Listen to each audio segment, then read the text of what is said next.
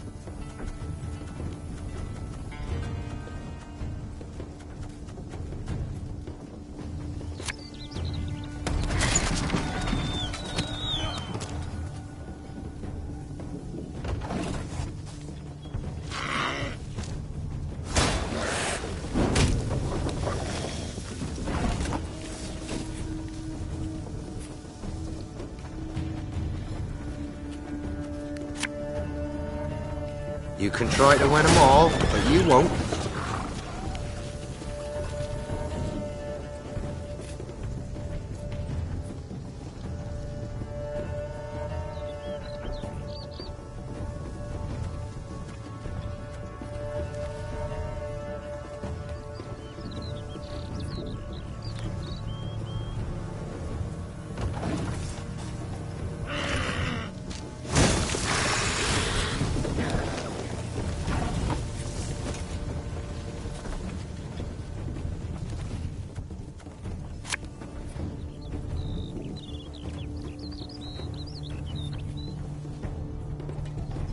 Give me a target.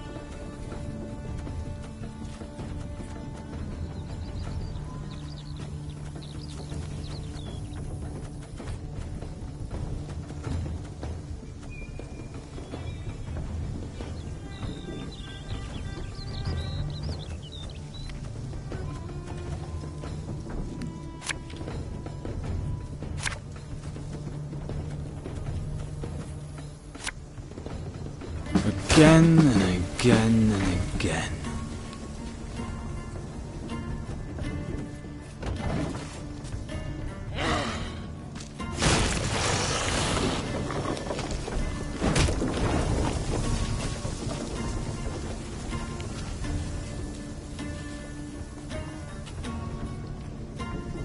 For Rivia!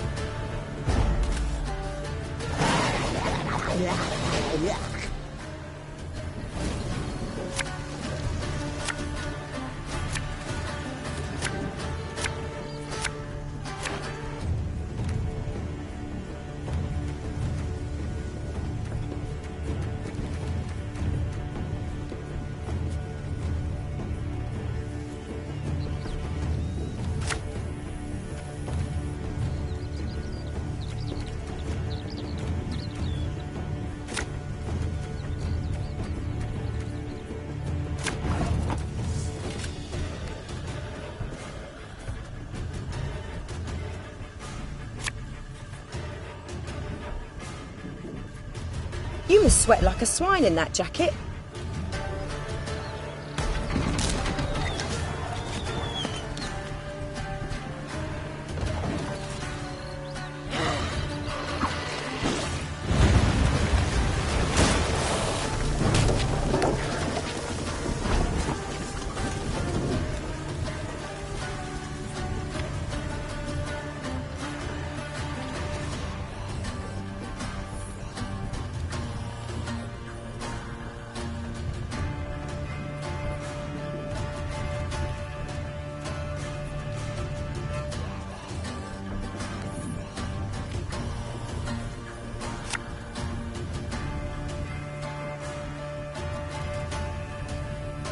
Tell me you jest.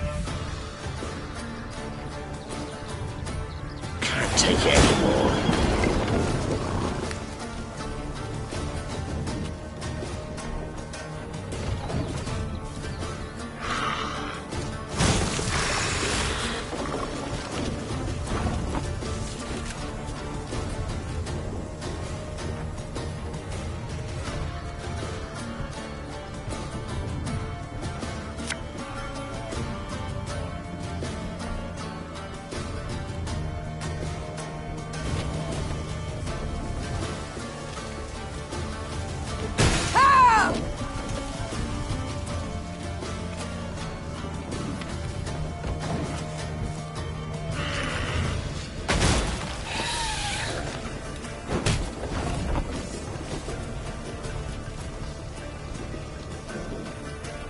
What do you want of me?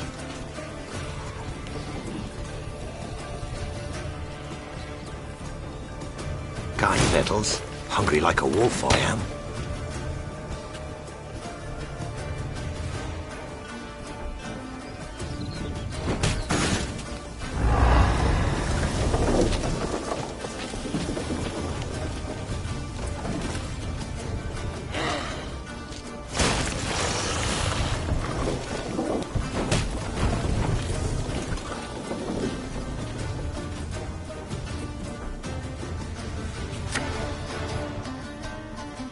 Our ballista, your command.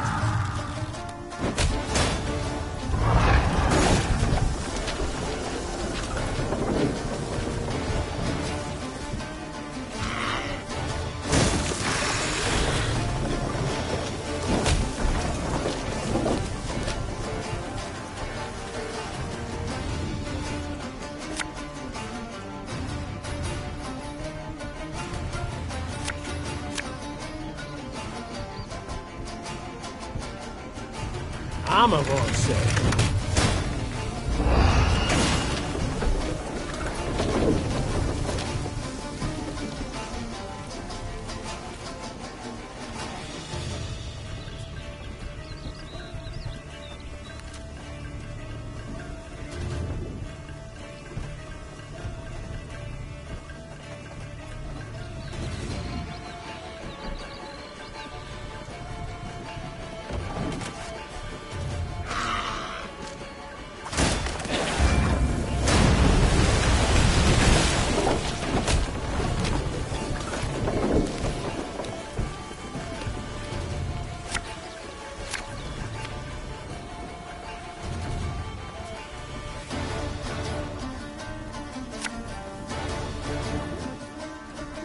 A lesson in humility coming now.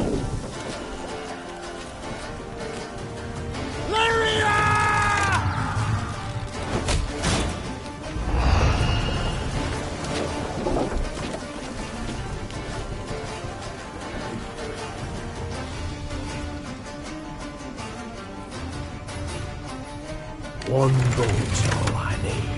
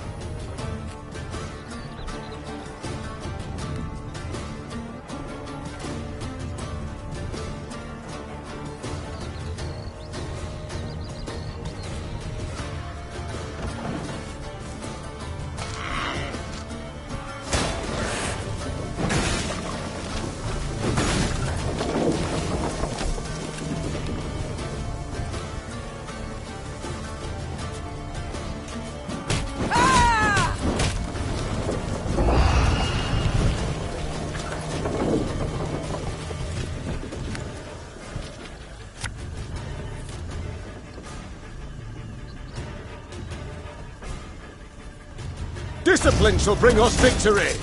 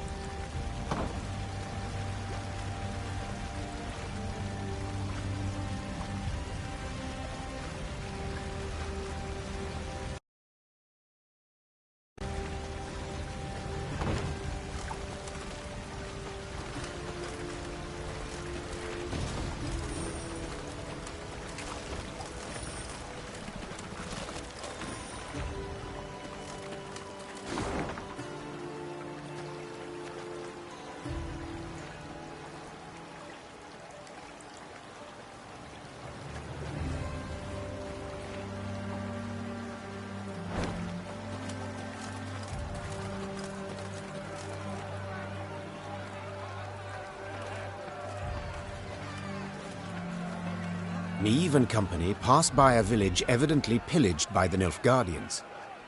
From afar they had heard cries, but as they drew near they recognized them not as cries of grief, but as cursing, cries of anger. Give him a proper walloping, the scoundrel! Mercy, good folk! I've done nothing wrong! The villagers stood gathered near the hamlet's centre, surrounding an elf, bloodied and cowering. Stones in hand, the peasants threatened and cursed him. The queen demanded an explanation. A ruddy-faced blacksmith stepped forth and spit. A Nilfgaardian spy the horse and is, your majesty. He's the one brought him here to raise the village. He's got to hang. The other villagers agreed with the smith. The elf fell at the queen's feet and grovelled. Have mercy, Renner. Save your loyal subject. They lie! They fault me only as I am an elf.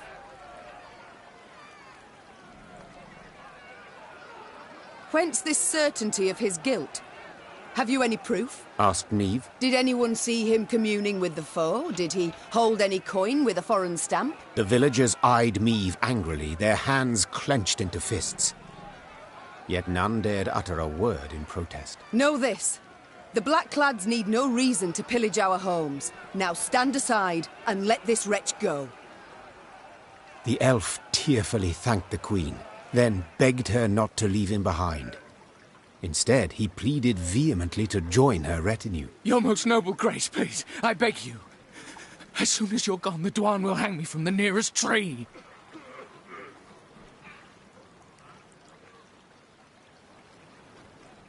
So be it. Said the queen after a moment's consideration. Find the quartermaster. He's to put you to work. And now we march. The villagers gazed with hatred as the company left the hamlet. When its thatched roof huts disappeared beyond the next bend, Neve breathed a sigh of relief. I swear it, your majesty. The elf was scheming with the Blackclads. The gods be witnesses.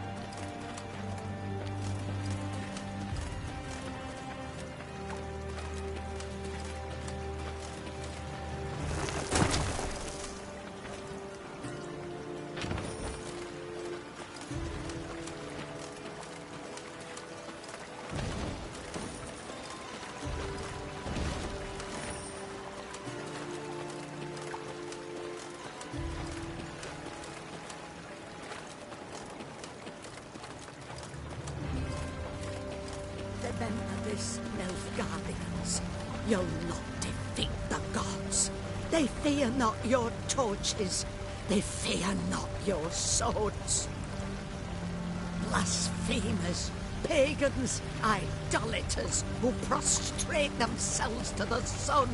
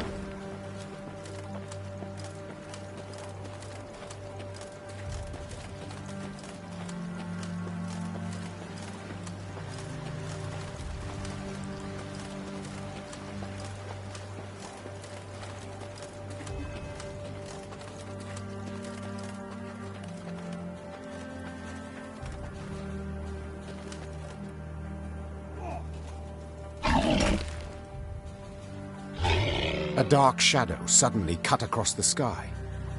The Queen instinctively brought her shield up, convinced a Nilfgaardian catapult had lobbed a boulder their way. Yet when the boulder landed in the road ahead, it smashed into splinters and proved an empty barrel. This is what they cast at us. Barrels. Is this some jest? Well, they're not known for their sense of humour, the Nilfgaardians, answered Reynard. Meve stood in her stirrups, squinted, peered into the distance, and let out a hearty chortle. For the barrel had been loosed by neither catapult nor trebuchet, but by a rock troll consumed by fury. And what? A company of Nilfgaardian soldiers had pitched camp by the cave the troll called home.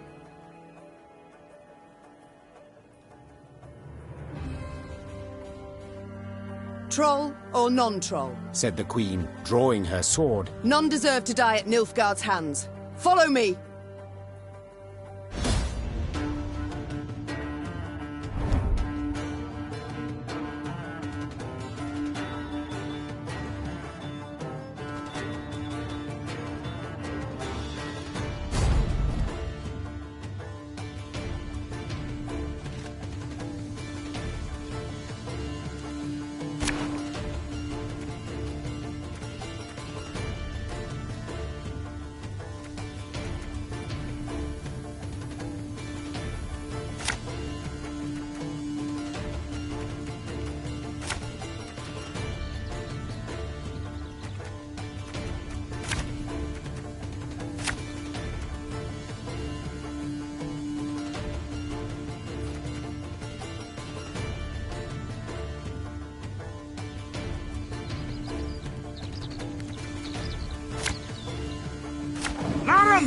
Essayant to the Navian! For soup! In retreat! Protect the troll!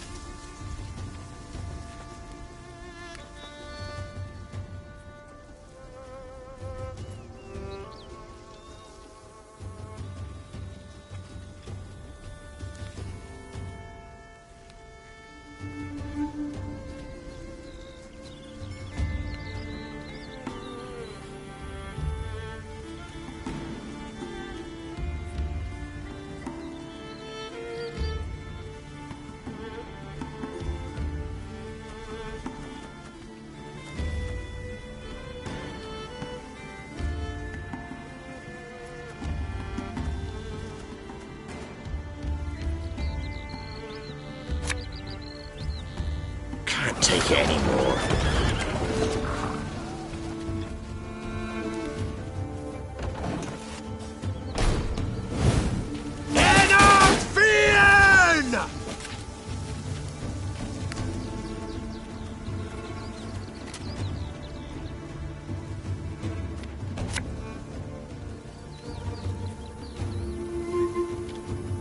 One boat's all I need.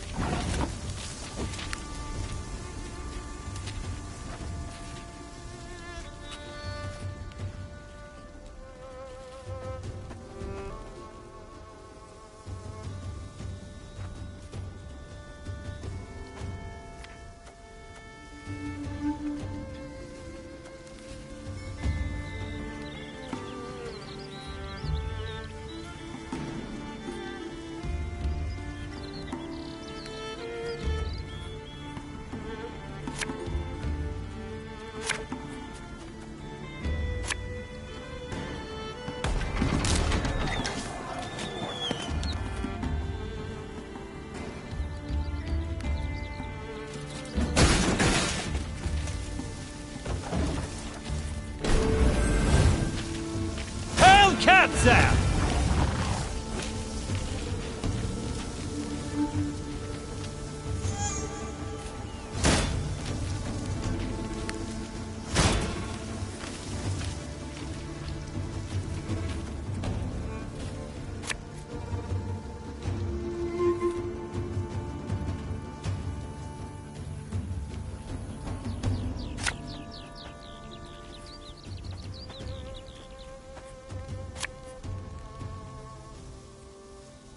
I'm coming, I'm coming.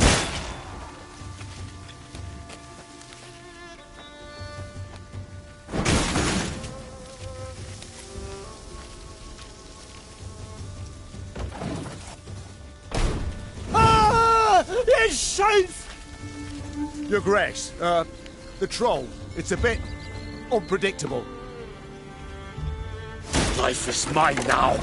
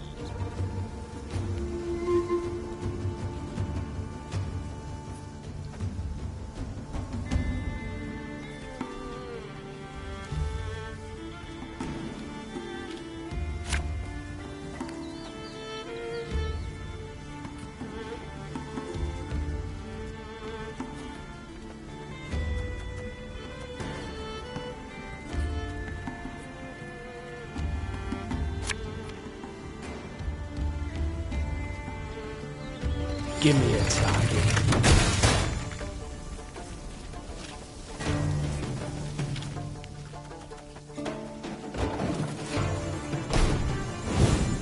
Wise choice.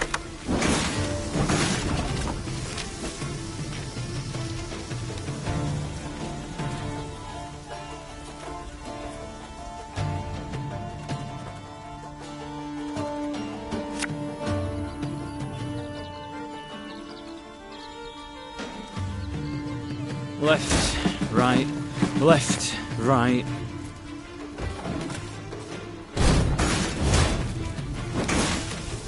Order!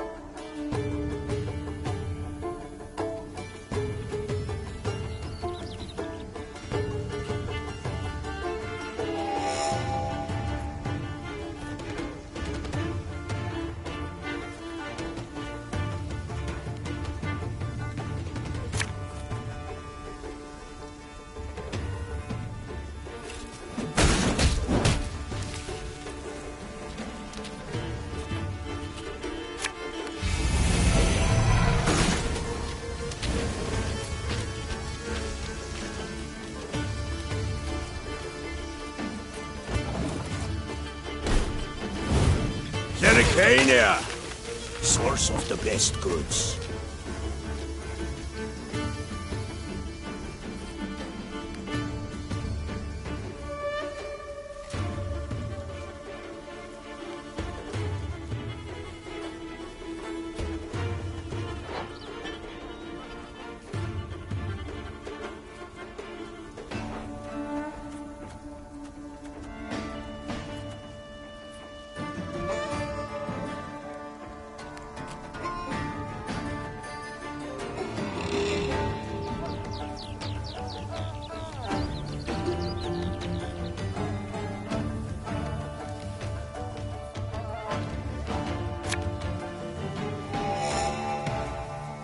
I is to your command.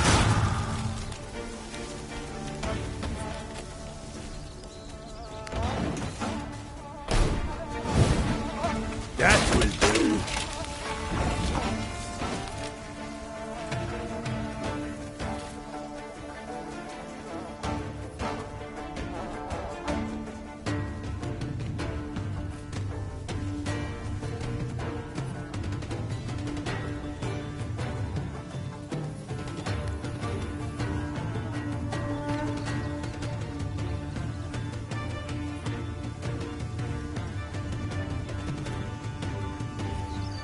My spirit's willing and how, but these damn boots are killing me.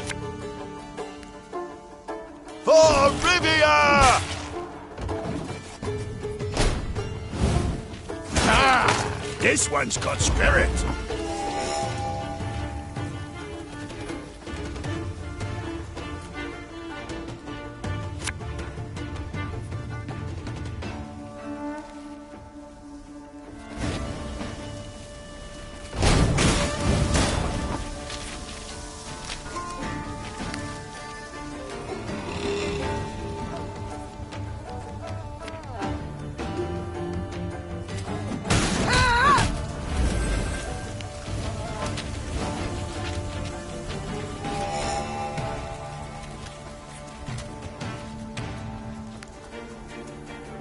Armor won't save.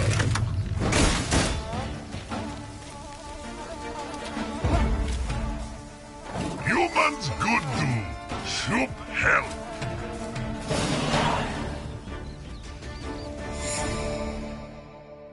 The Lyrians smashed the Nilfgaardian force. The troll, having grown suddenly pensive, gazed and picked at the invaders' corpses.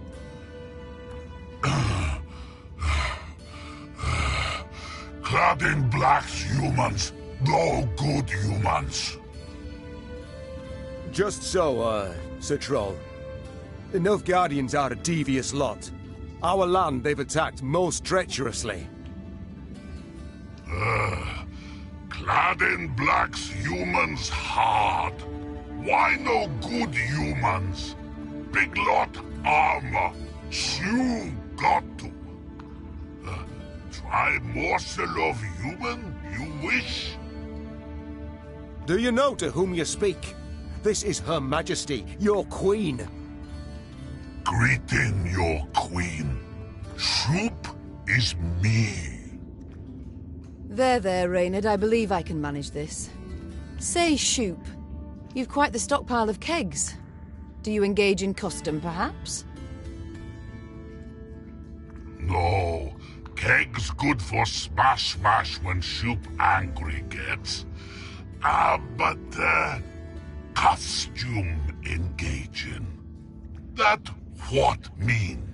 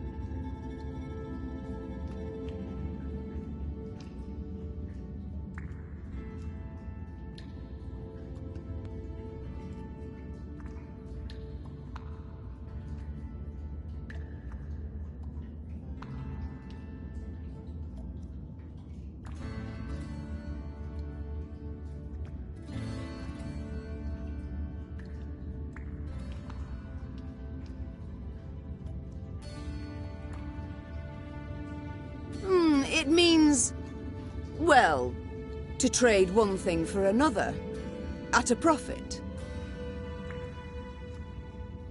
One thing for other. For glitter rocks, even.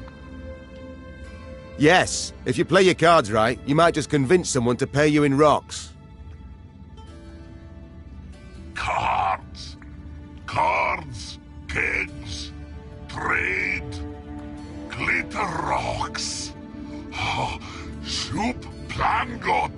Shoop gotta go.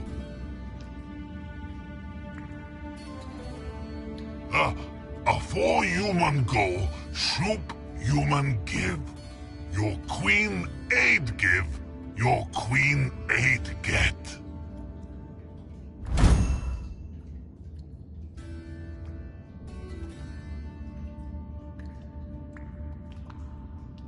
The troll turned on his heel and ran out of his cave, his destination known only to himself. As she moved to leave, a hunch told Meve the world would yet hear of this troll named Shoop.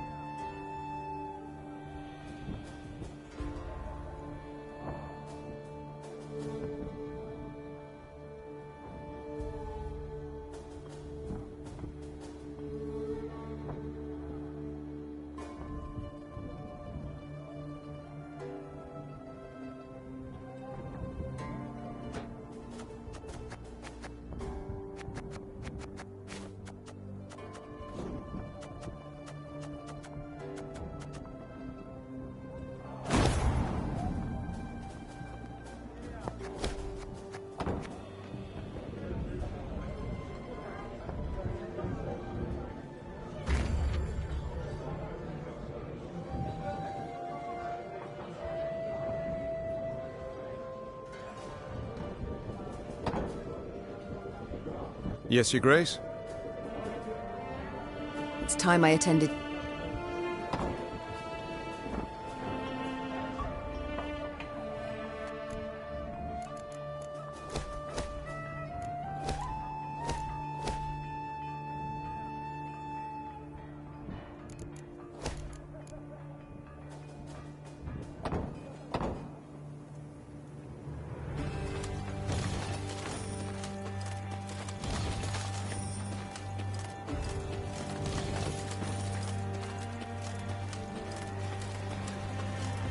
So many armed men in my life, and each one in black plate and winged helm.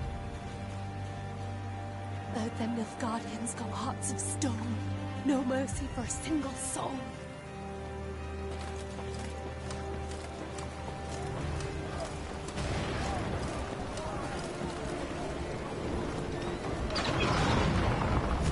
Look at the palisades. The machines of war. Too many to count. I cannot fathom it. Has Nilfgaard sent all its forces into Lyria? No, Your Grace. But a single army. Gods protect us. The Queen uttered a juicy curse. Dravagrad stood before them, Nilfgaardians all round it, 3, perhaps 4 battalions of armored infantry, arbalists and cavalry behind them. Trebuchet volleys had punched holes in the walls, while battering rams had twisted the main gate open. Put elsewise, the city was mere moments from falling to the foe. Doomed! We stand not a chance. Nilfgaard outnumbers us twofold. More! Then our men must put double the spirit into the fight. Double the heart. Lyria! Emboldened by their valiant queen and commander, the Lyrians charged headlong at Nilfgaard's lines into a hail of bolts and arrows.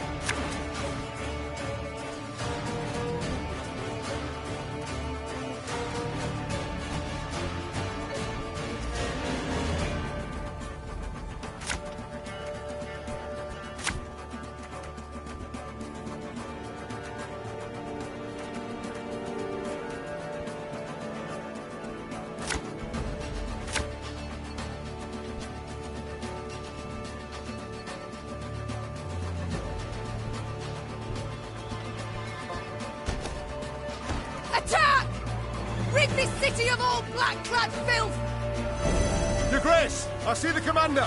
We must train our efforts on him.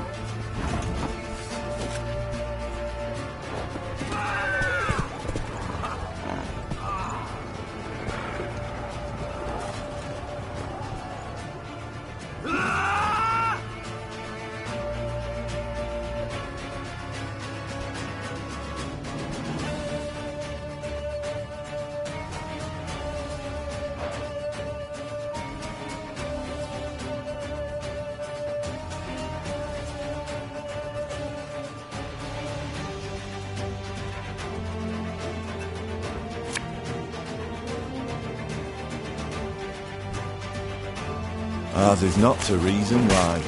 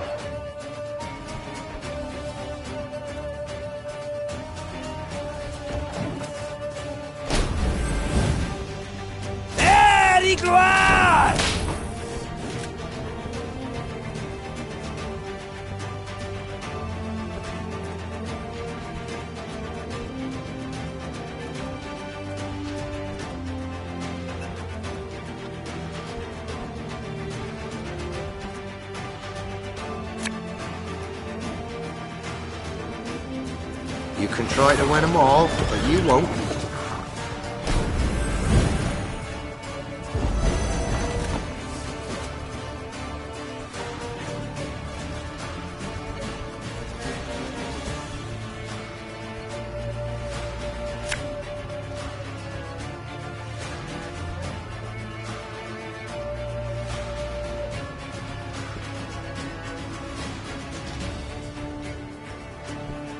Our ballista, your command.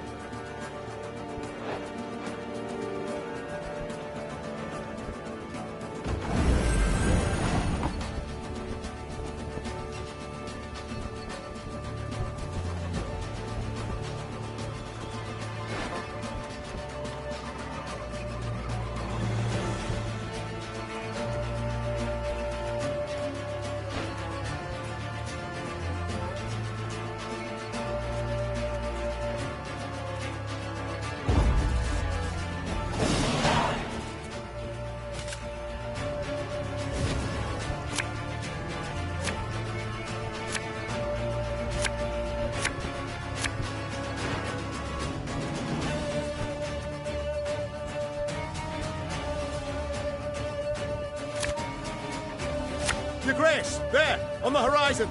Reinforcements for the foe!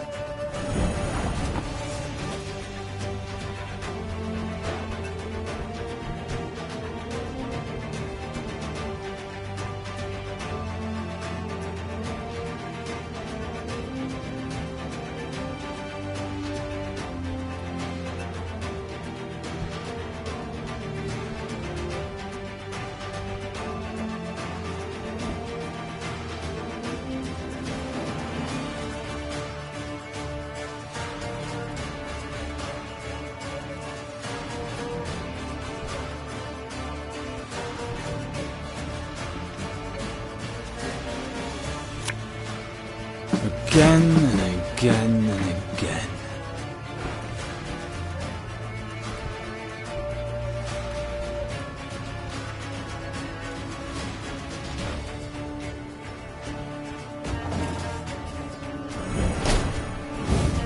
Tuvi ni gloire!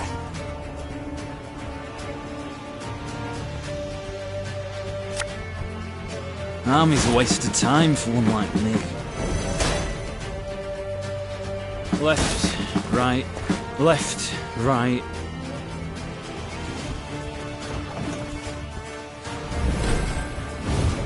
Alba!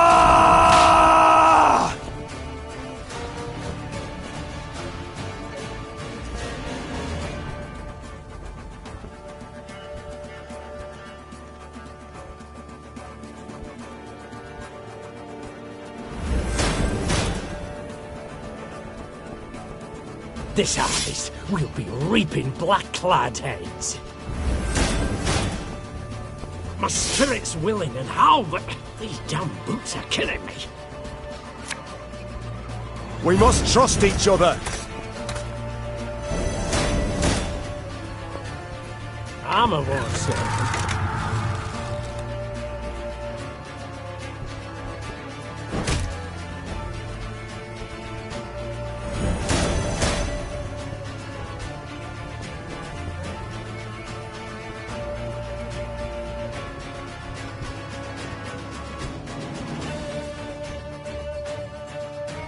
A lesson in humility coming now.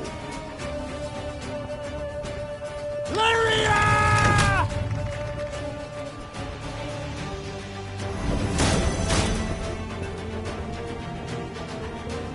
There's a time to reap, a time to sow, and a time to die.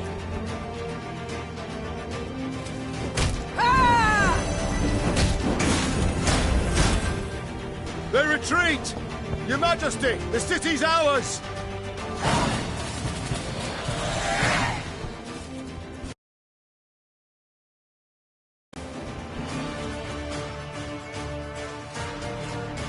The Nilfgaardians fled in panic, abandoning war machines, shields and arms, even their wounded. The defenders rejoiced. They laughed boisterously, and cries of delight and chanting could be heard all around. "Warrior Queen," they shouted. "Meve! Meve! Meve!"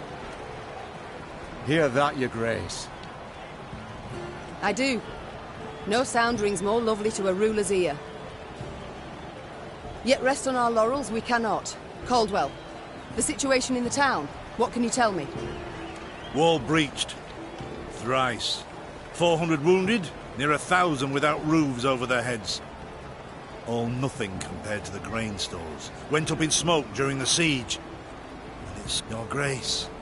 The war's just begun, I know. All coins should bolster the army, yet if we leave the folk of Dravograd no gold, there will be hunger, with all the attendant discord.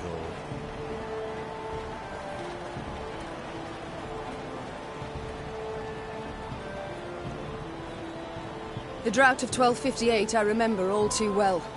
I saw famine, what it drives folk to do, the extremes. A strong army I need desperately, yet not at all costs. The townsfolk need gold to survive till the harvest. Count how much, then give it to the garrison commander. As you command, Your Grace? The battle we've won, there's just the war that remains. And Nilfgaard will strike again, doubt it not. We must move on. Caldwell, ride ahead to Lyria. My son must call a gathering of the Council of Peers. Tell him so. We'll have much to discuss.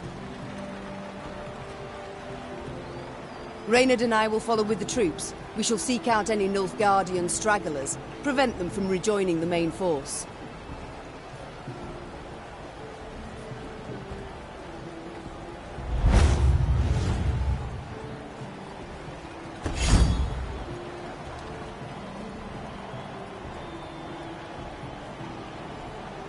Maeve's two adjutants bowed and left the Queen to think. She was hungry, sore from the fight, spent. Yet sensing her soldiers' eyes upon her, she set off for the stable, her gait brisk, her head held high.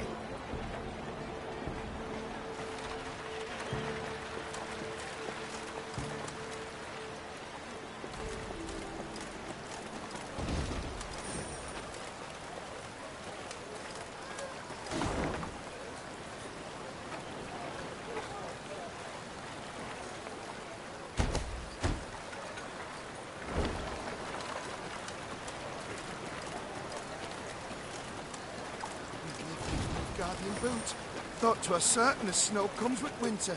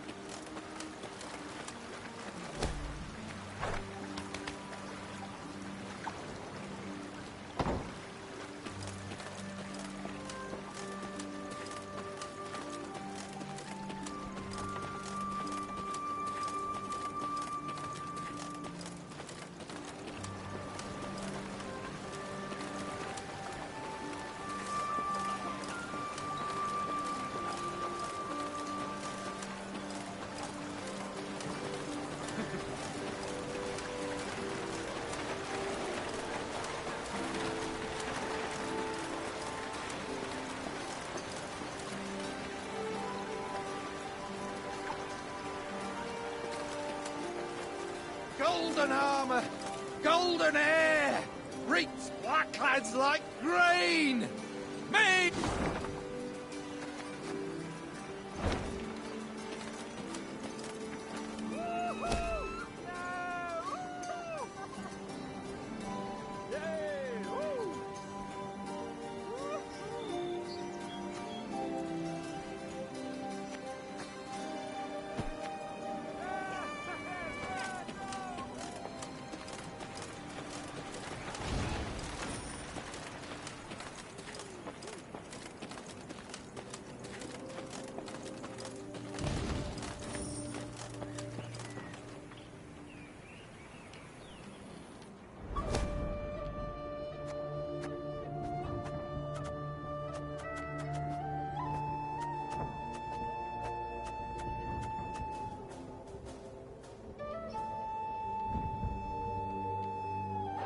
Huh?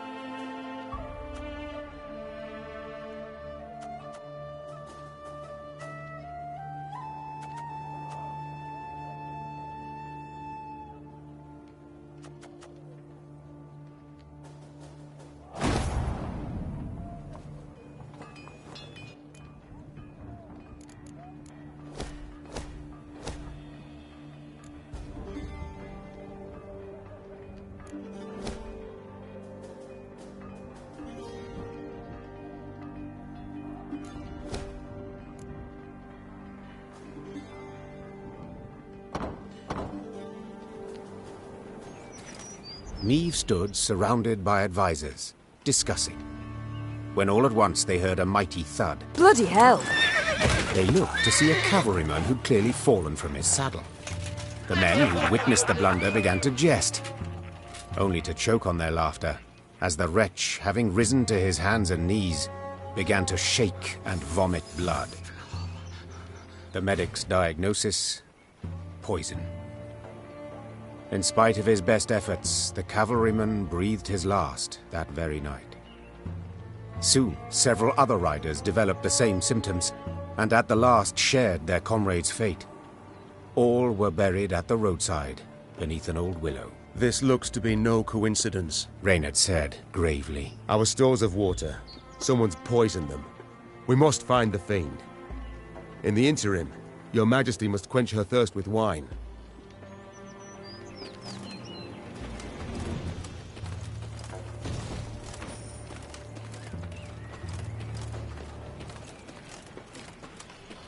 Milady, a strange boat floated past.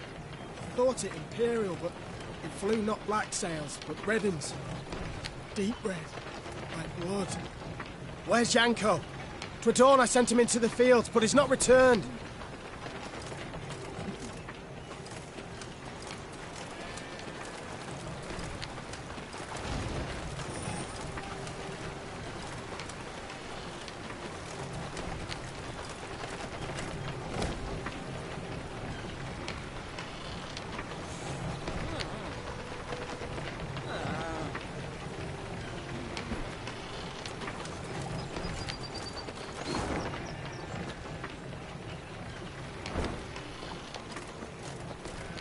Horns sounded.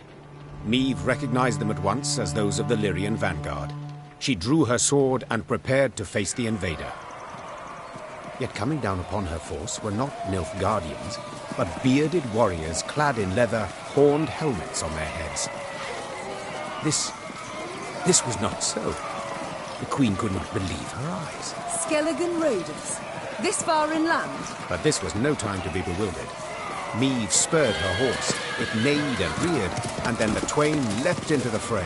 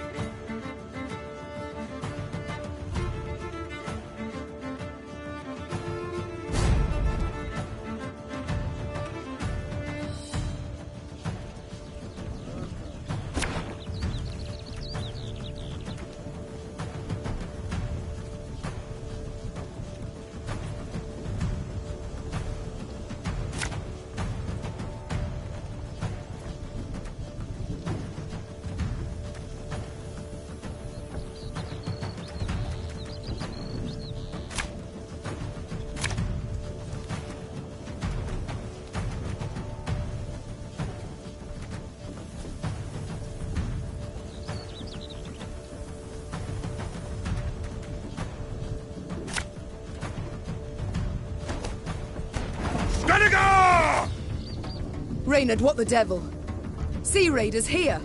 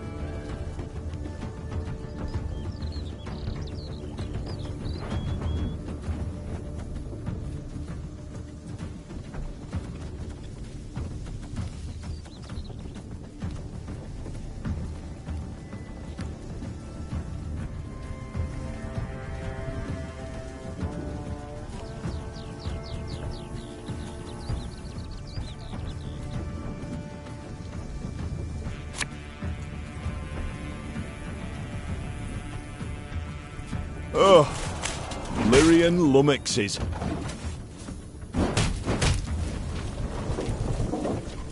For Brad!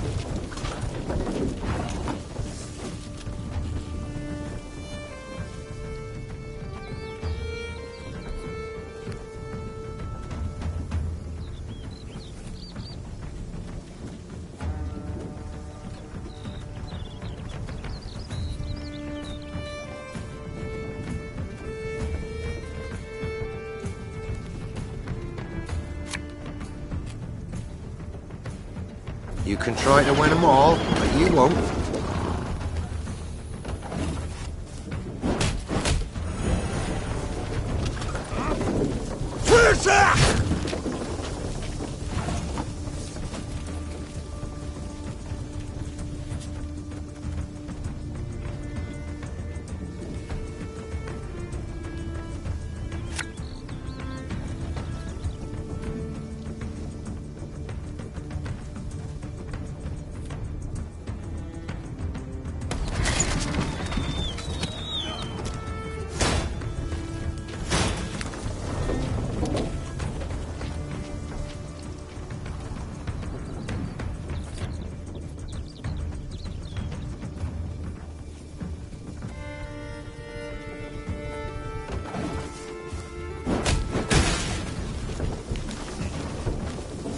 Are with us!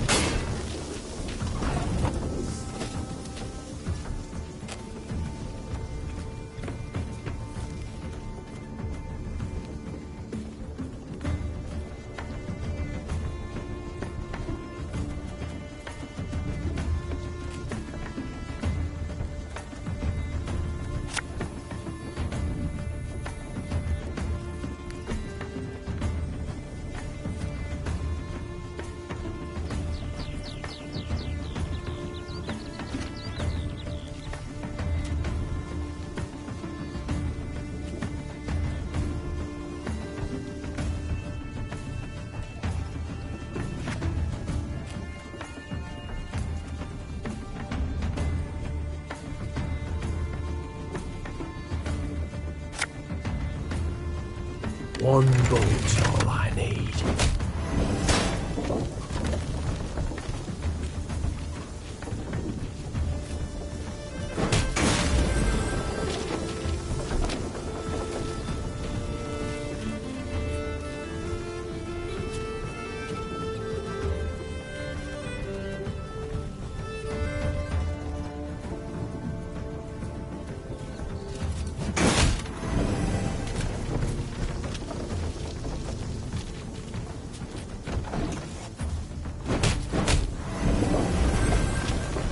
We'll ransack your temples! Wipe ourselves on your vestments!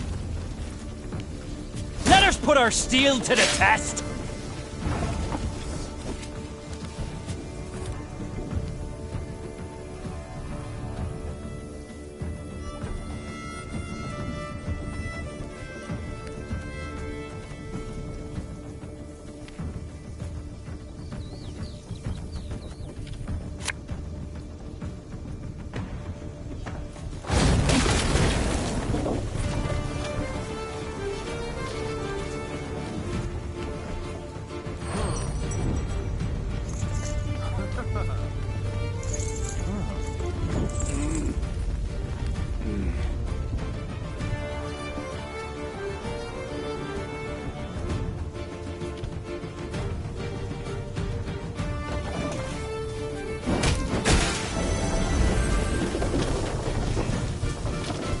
I promise you a quick death.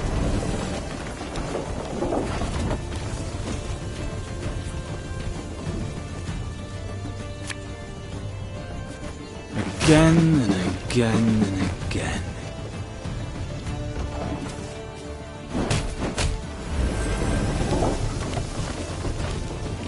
You wanna pass, you gotta pay.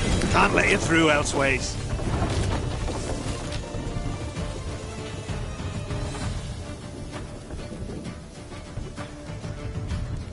An army's a waste of time for one like me.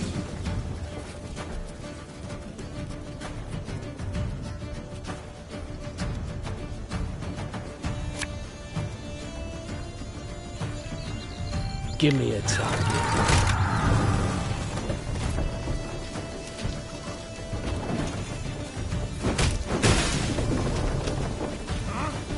Give us all you got!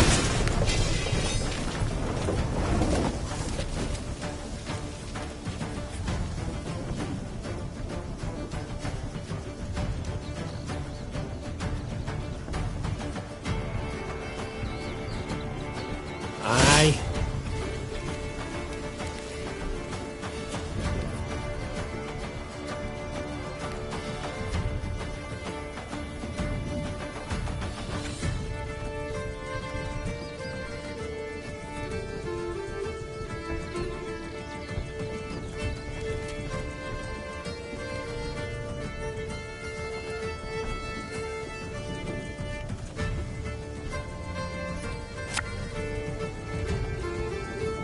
Her Majesty knows what she's doing.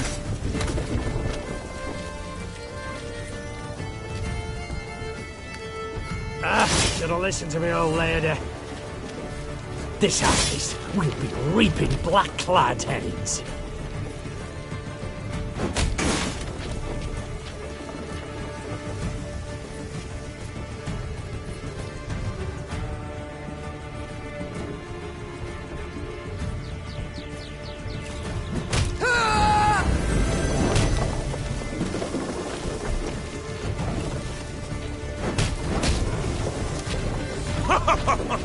You've got stones, wench.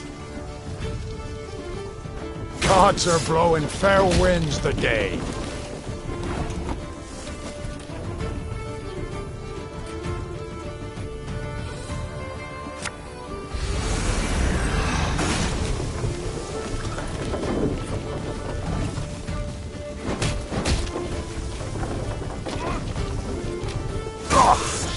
Got a bad case of Roland's back.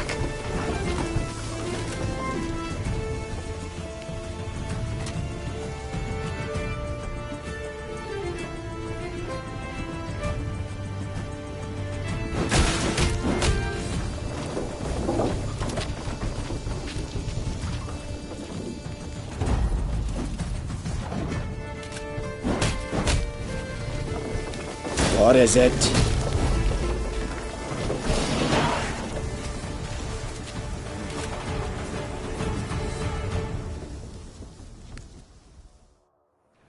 The Skelligers fought hard, fought bravely, brought mayhem. Yet the Queen's ordered, disciplined force won the day. The islanders seemed entirely undismayed at their defeat. A trait of theirs, I must admit, I've ever admired. Well, you're right scrappy for landlubbers. Lippy Goodman applauds you for your pluck, Queen. When we sup, me and the lads will drink your health.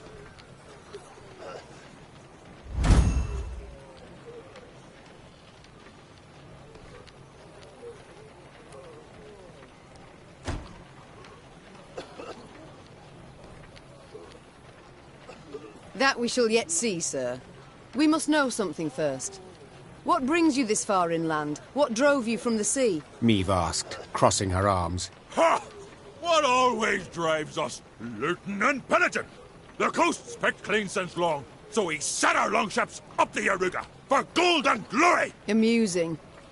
I always assumed you to be honourable folk. And who dares to claim elsewise? Your very actions do so. You've attacked a land preoccupied, a land already at war with invaders. But I suppose it makes sense. You've ever feared to attack Imperials. The Queen prodded gently. What did you say, wench? Goodmund had quickly turned red with rage. I'll prove just how wrong you are, I will! Why, we'll be drinking mead from Nilfgaardian helmets for sundown! Follow me, lads! Meve smiled as she watched the islanders gather their gear and prepare to march. She doubted not in the least that Goodmund would honor his pledge.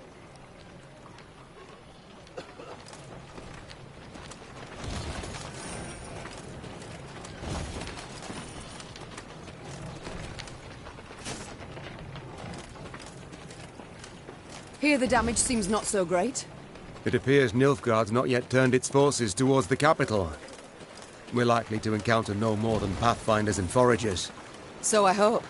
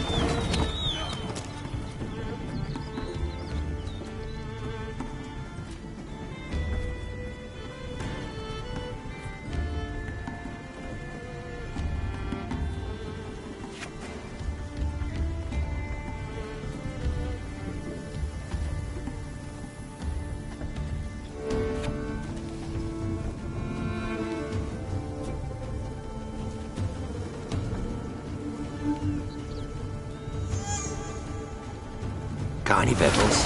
Hungry like a wolf, I am.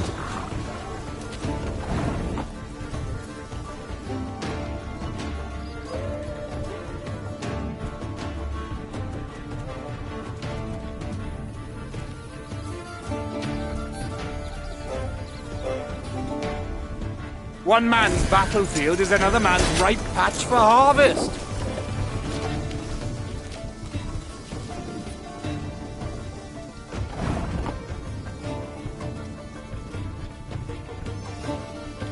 Oh, I'm ashamed to let this bounty go to waste.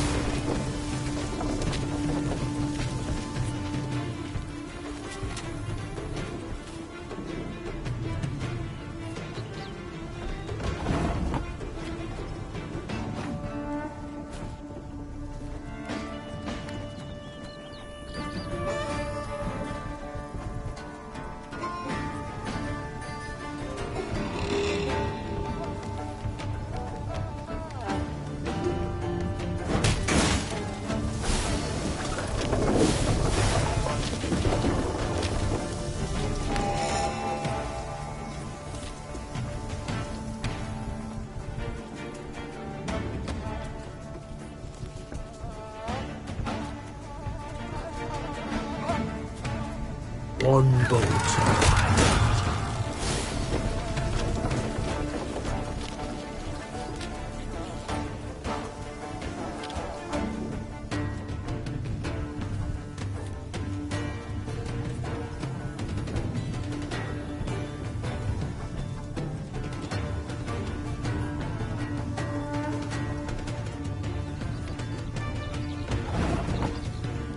Discipline shall bring us victory!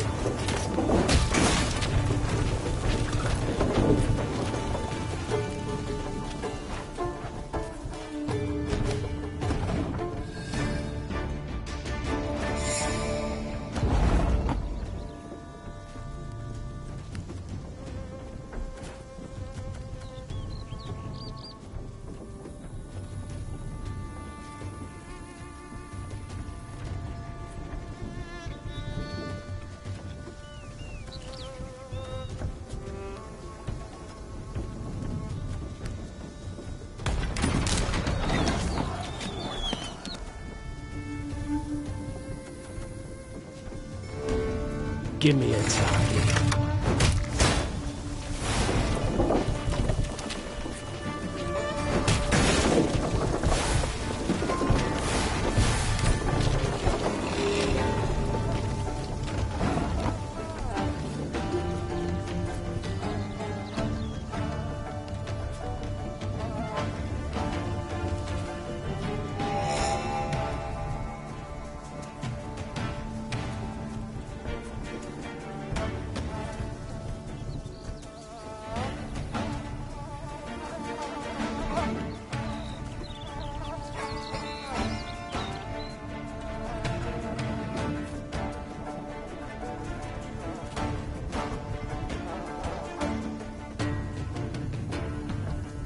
Got any victuals?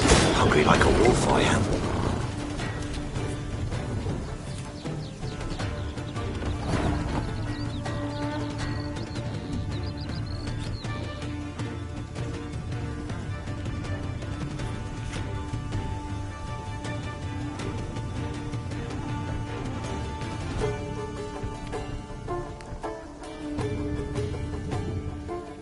I only loot corpses, but sometimes they're quite fresh.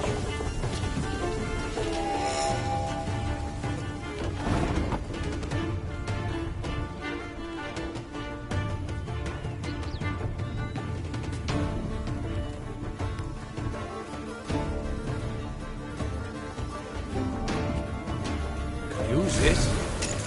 Not a lot of shit.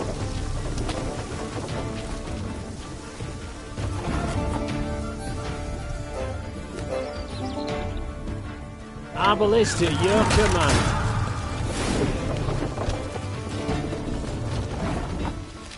Discipline shall bring us victory!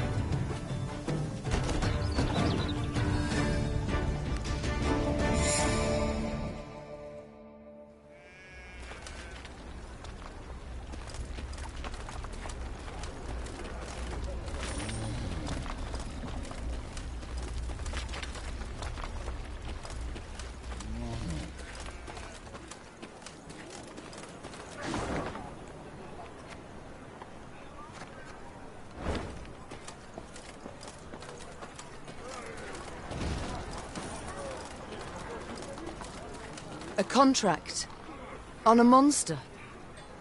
Interesting.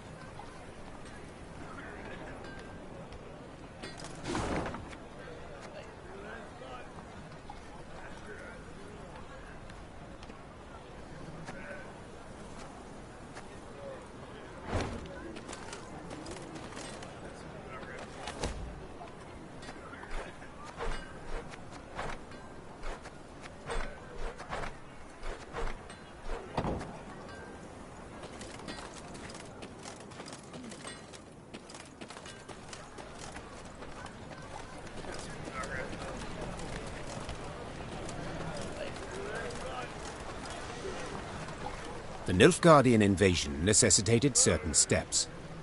Niamh had dispatched scrolls to her garrison commanders, based upon which they were to announce general musters. She'd hoped that by the time she reached Crydam, fresh recruits would be waiting to join her growing force. Alas, the commander of this fort, one Sergeant Griggs, had only bad news. Your Majesty, I've not the numbers to man the walls even. The call to arms brings few new recruits and more men desert each day. Folk are terrified something awful. They don't believe in victory.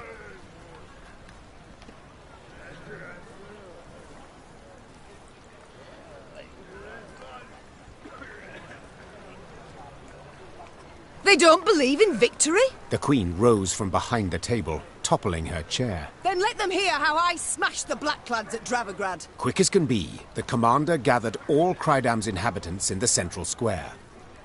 Niamh stepped out in front of the crowd and recounted her most recent victory. The folk of Crydam listened with bated breath. And so, we must stand together. Fight, arm in arm. Be a wall against which black-clad hordes will be dashed! The townsfolk responded with thunderous applause, yet enthusiasm is rarely long-lived. That born of Niamh's fiery words had dispersed after but a few days. No new volunteers joined the garrison, and the townsfolk hid from Sergeant Griggs to avoid being pressed into service. Neither the town's nor the Queen's own company were reinforced, and Niamh left Crydam angry as a wasp.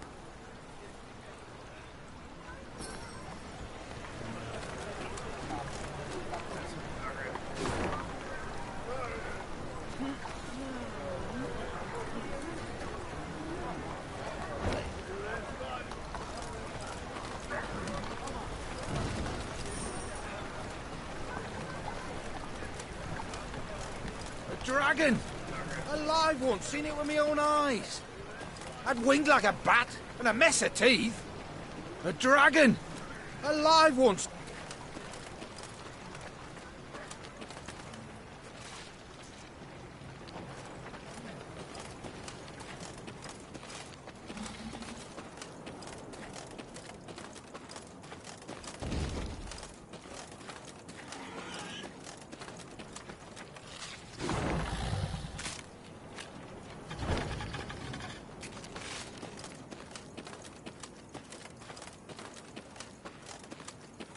lady. Something's wrong at Abbott's Ravine. I heard whinnies and screams at first. How all's gone silent.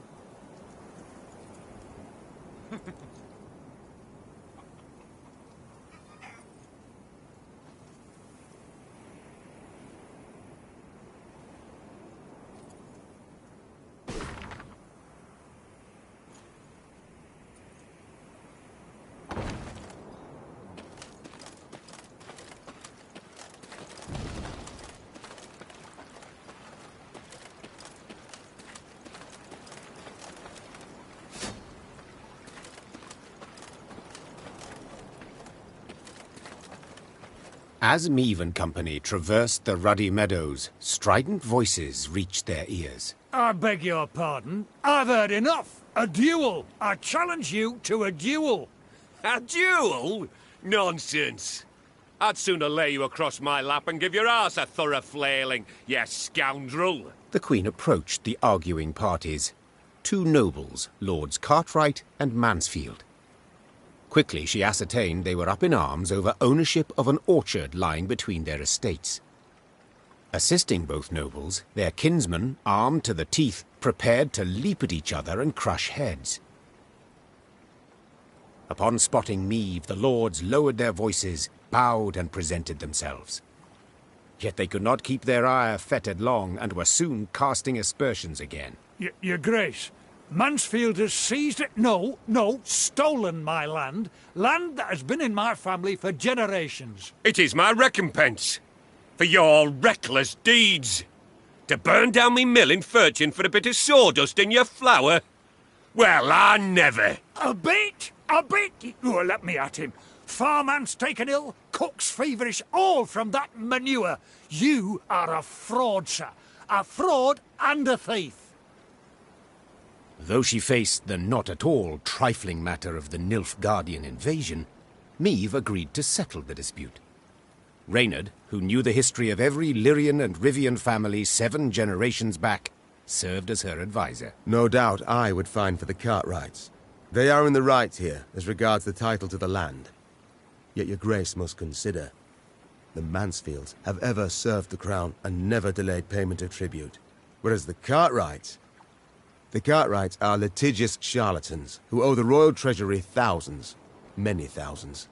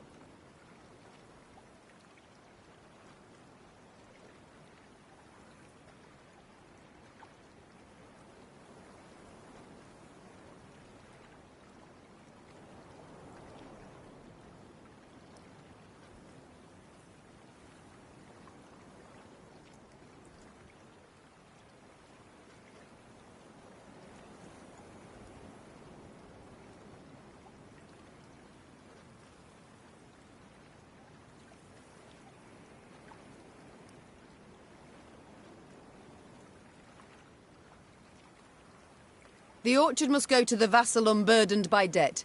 This is what I prefer, said Meave. Thus I declare it Mansfield's. But the law clearly says... I am the law, Cartwright. Lord Cartwright moved to debate the matter further, but a snort from Reynard reminded him he stood before his liege. Mansfield, content, made an ample contribution to bolster Meave's force and the realm's defence.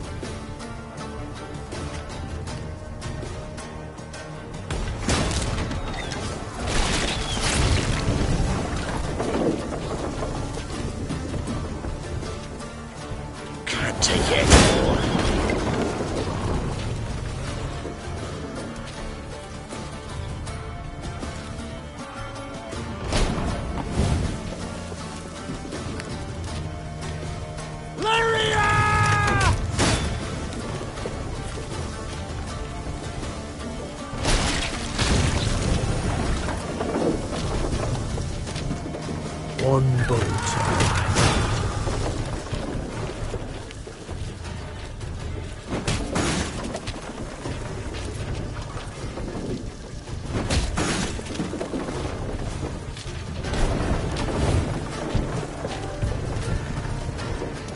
We must trust each other.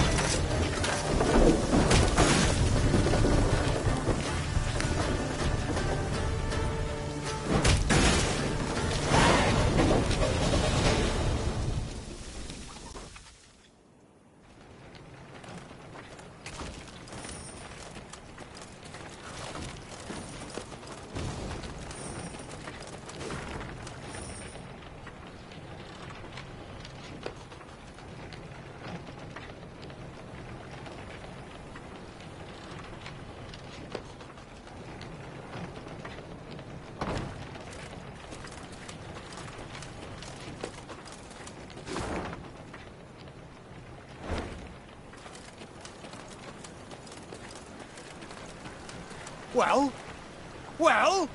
The worm, just as I said. Now who's addled in the head, eh?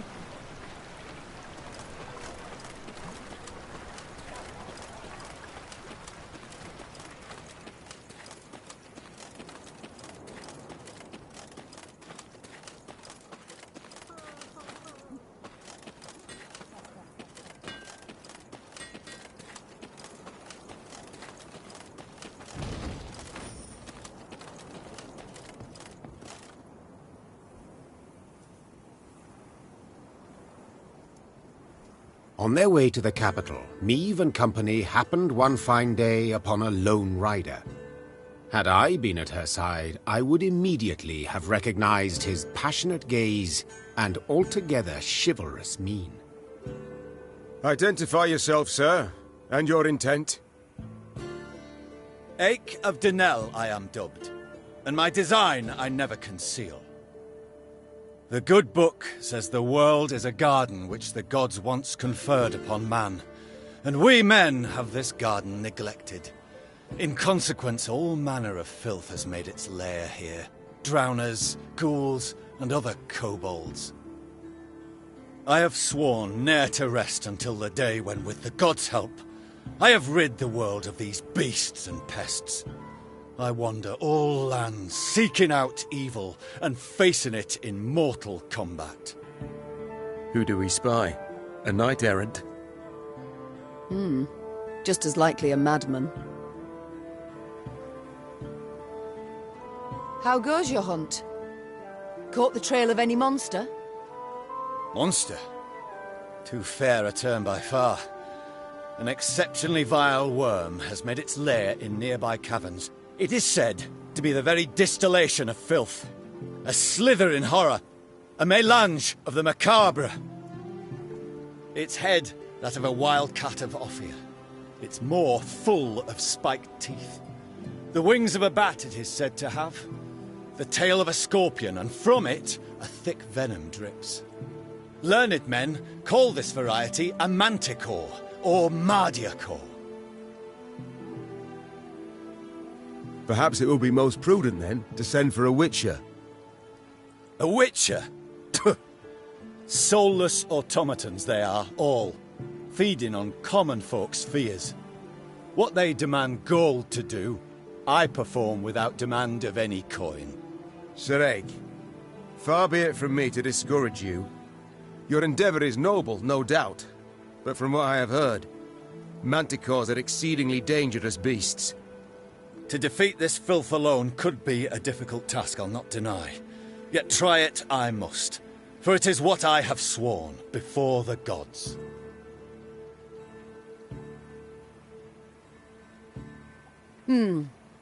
We shall help you find and fight the manticore, provided you then pledge to help us fight an even fiercer and filthier beast.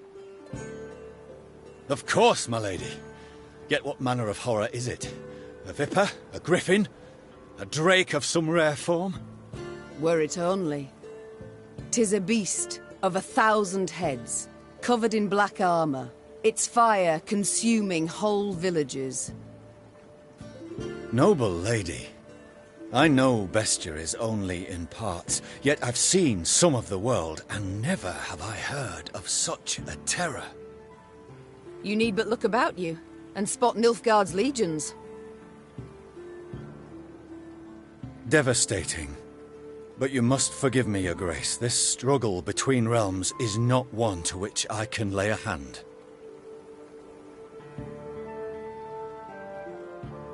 A manticore. How great is its appetite? How many men does it fell? In a moon, let us say. It changes. At a time when the horror broods, it may be as many as 20. I see. As now you must. Nilfgaard in my capital could mean as many as 20,000 felled. You live to fight evil, injustice, do you not? You can fight none greater than by doing so at my side. The Manticore, Your Grace, must fall first. As to what happens later, I shall need to consult the good book and petition the gods.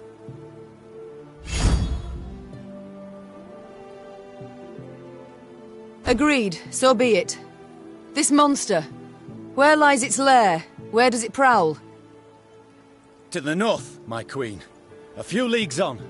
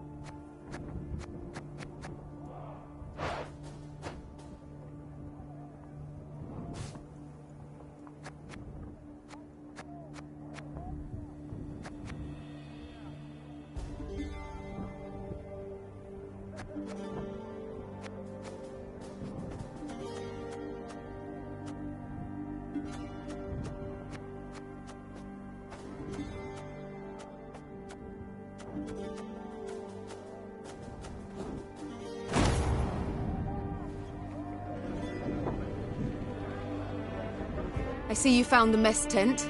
How's the ale? Not too warm, I hope. 'Tis not for me to say, Your Majesty.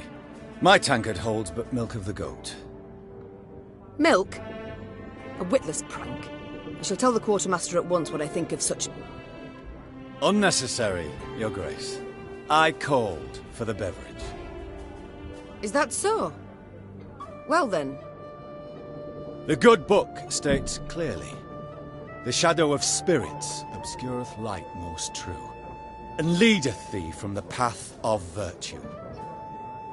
Right. I suppose there's something to it.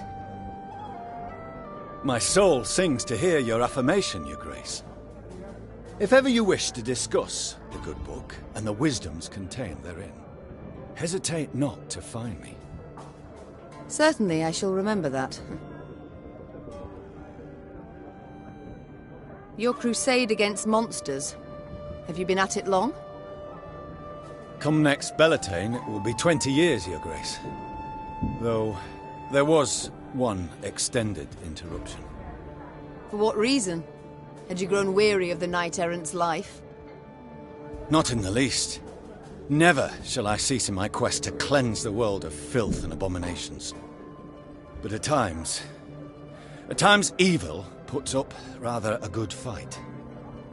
I ventured forth to slay a dragon once, a gold one, as it were, calling itself Villa Tretomeft, or the like. Its very name, as is evident, a vile toil for the tongue and wafting wickedness. A great many mercenaries embarked on the hunt, lured by the promise of coin in heaps. The Crinford Reavers, Yarpen Zigrin, and a band of dwarves, even, curse the word, a witcher. One Yennefer, the most lecherous sorceress at his side. That name I've heard. But at the deciding moment, when the beast challenged all, I alone emerged to face it. Alas, though shame burns me to admit it, I returned from the battle upon my shield. Figuratively. Literally, I returned in pieces. For 2 years, I lay in the Temple of Melitele in Alanda. Mother Neneke, God's protector, nursing me back to full health. And only when I could once more grip my sword did I return to the path I'd chosen. And the dragon? What was its fate? Some claim it flew off to Zerrikania, though it very well might yet lurk here, awaiting the opportune moment to terrorize the folk of the north again. Farewell, Ake.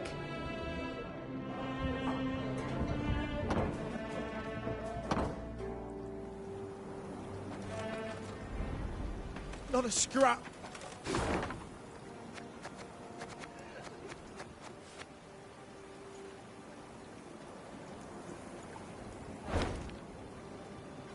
Not a scrap. Nothing to bury. Blood's all that's left behind.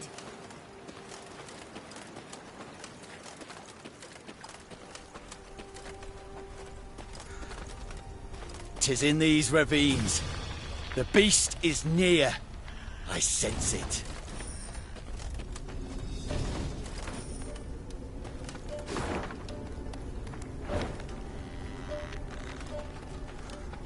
At the furthest depth of the winding, gloomy canyon, scouts found the maw of a great cavern. Among the boulders outside it, whitening bones lay strewn. Ake dismounted and drew his blade. By the god's grace, we've found the beast's lair, he said, lifting his gaze to the heavens. We need them but to extend their favor as we battle the filth.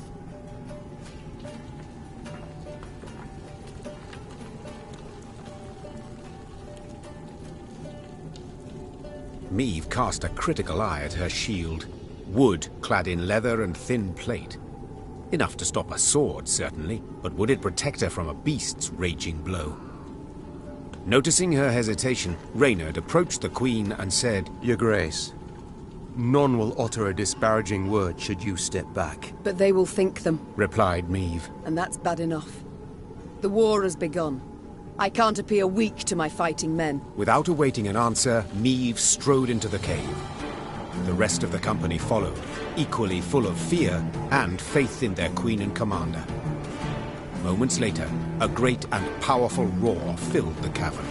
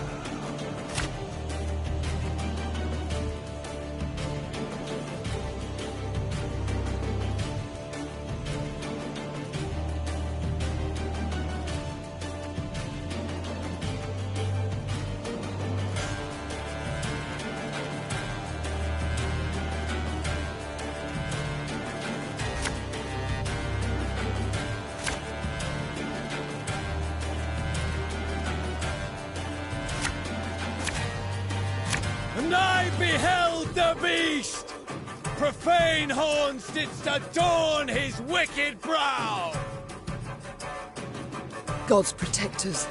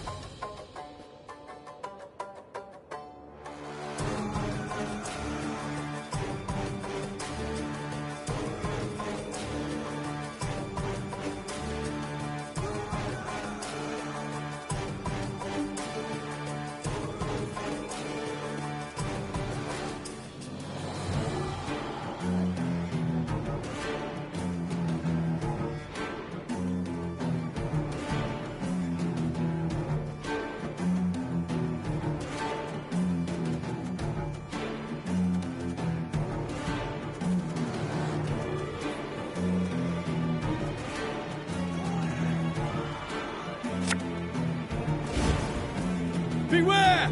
Its tail flows with deadly venom!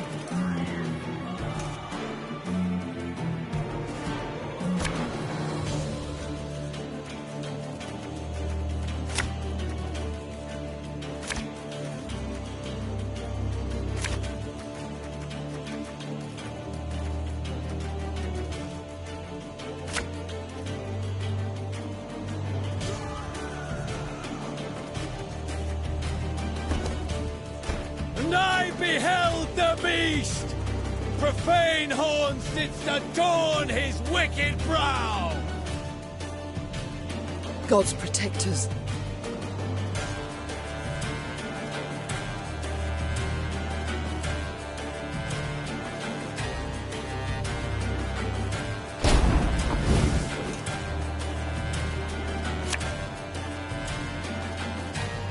Beware its claws! The hardest plate they shred like fine vellum!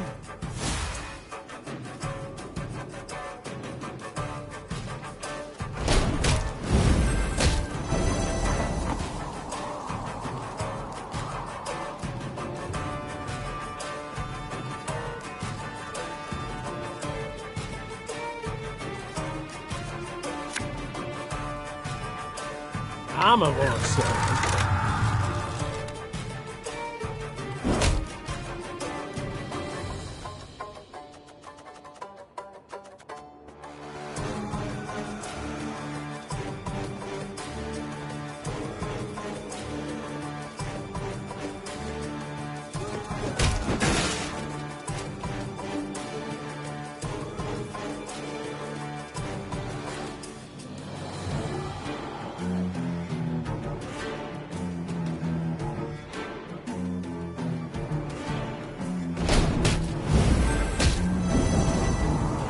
Beware!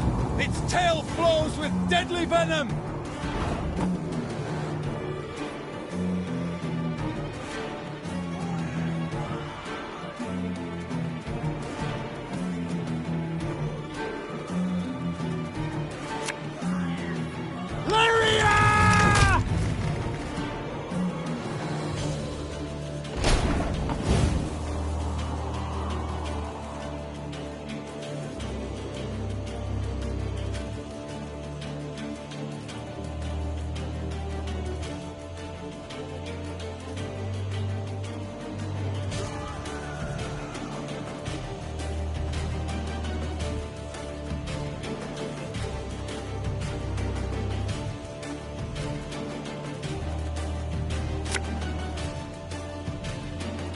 Again and again and again.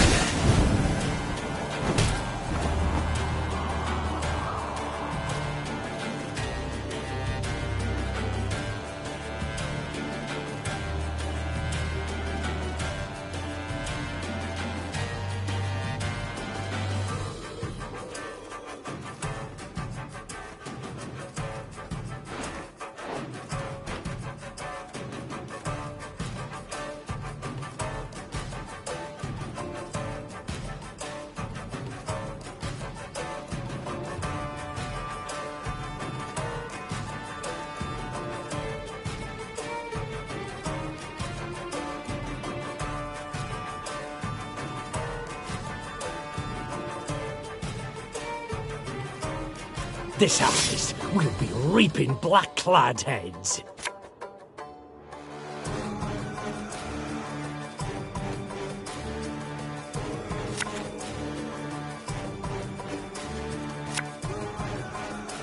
One boat.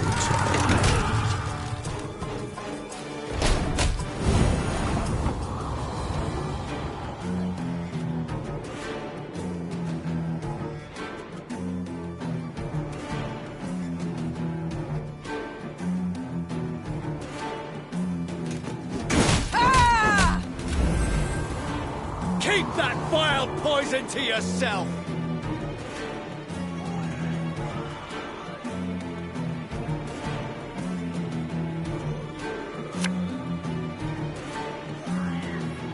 Discipline shall bring us victory! Ours is not to reason why.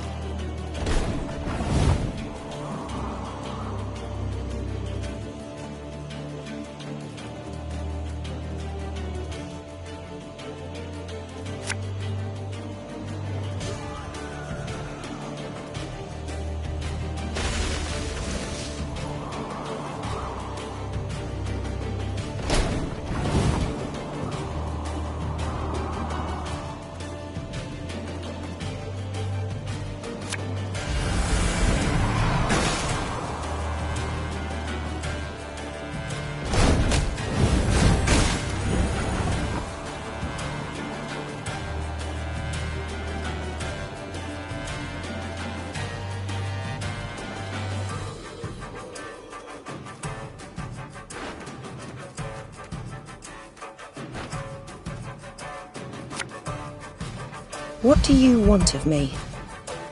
Got any victuals? Hungry like a wolf, I am.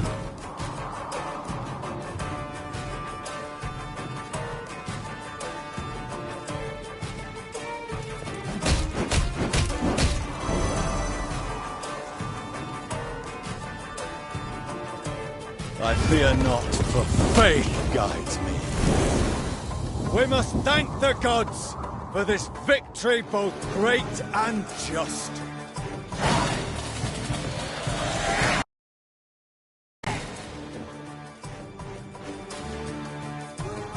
With Ache at their side, the Lyrians felled the lantern. Later, it was said, the beast's dying wail, multiplied and strengthened as it passed through the caverns, could be heard as far as Spala. Your Grace, many monarchs have I met in my time, yet none proved as virile in battle as did your Majesty. Virile? I dislike the term. Seems not to suit a woman. I prefer valiant. Yet grateful I am for the compliment. Now pray reveal, have you made your decision? Will you swear to serve me?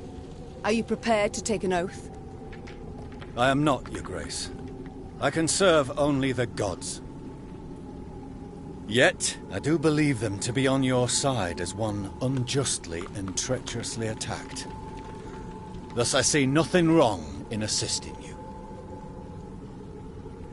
Then I am content and welcome you in my ranks, Sir Ache of Denel.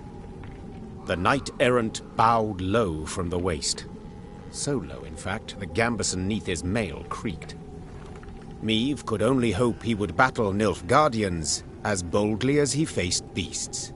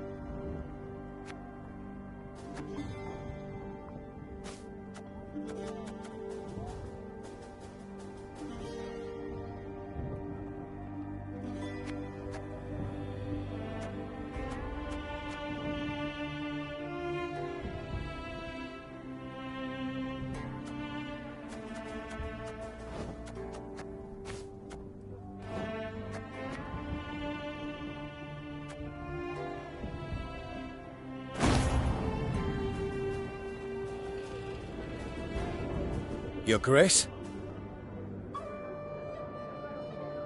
Farewell, Ake.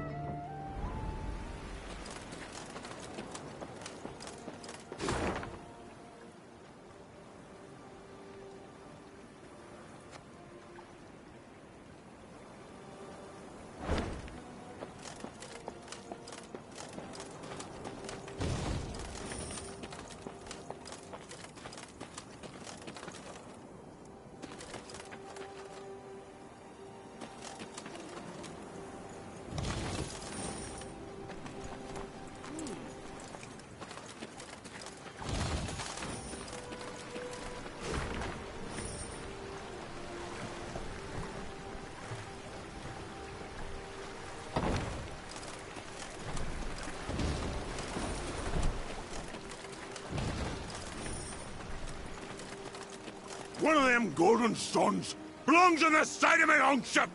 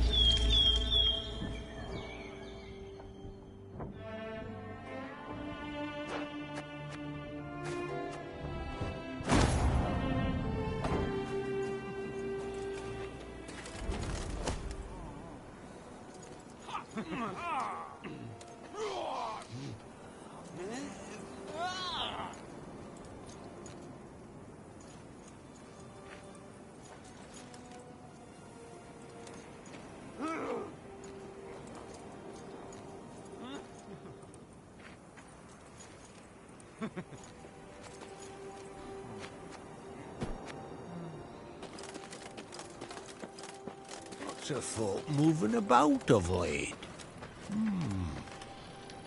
Fair Libya is our own land, charming, fertile and grand. Is your majesty also bound for the river, to camp there perchance? Is your majesty also bound for the river, to camp there perchance? One evening, soldiers brought before Meve the elf she had saved from a lynching. It seemed he had been the fiend who had poisoned the water barrels from which several soldiers had drunk, then suffered and died. Yes, I did it.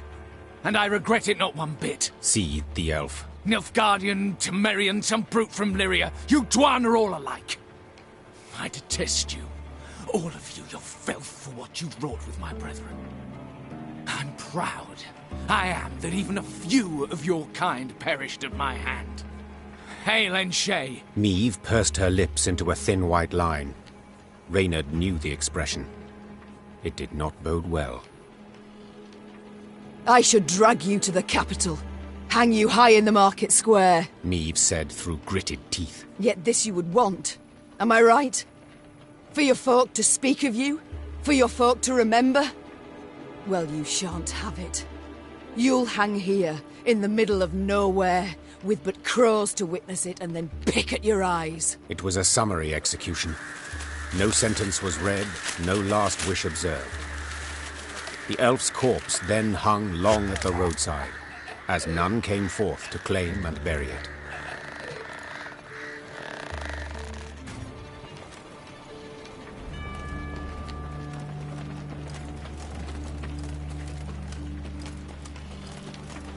We welcome you home, Your Majesty. Prince Willem awaits your return, Your Grace.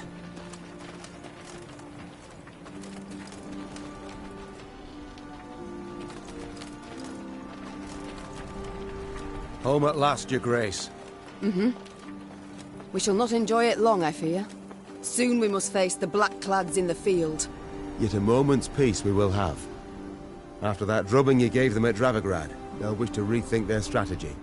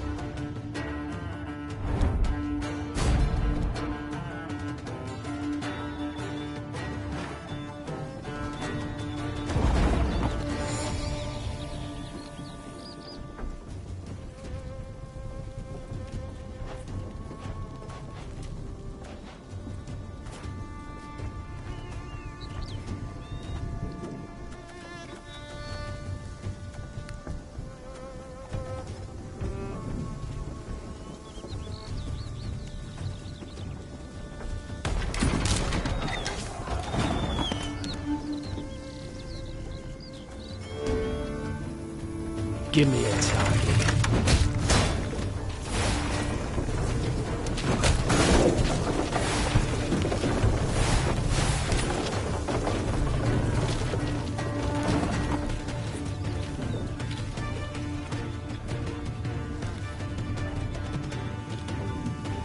Can't take it anymore.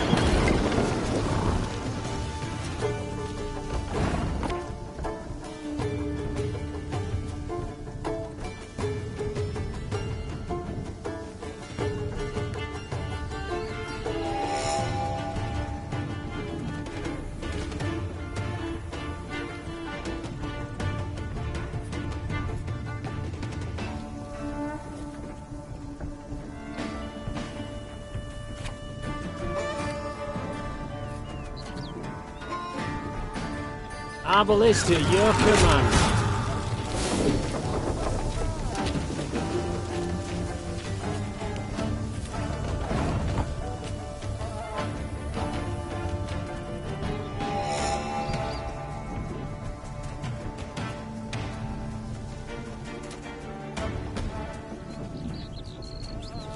Could use this. Not sure for what just yet, but...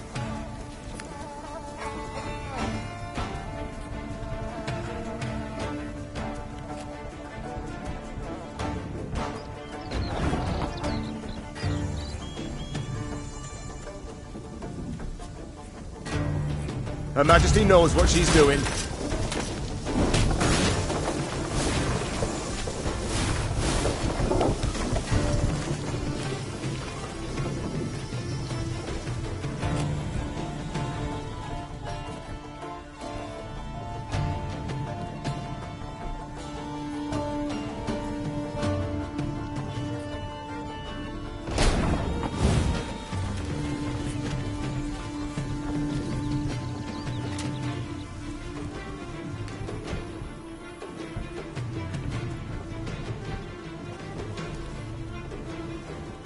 If the ring won't come off, just take the whole finger.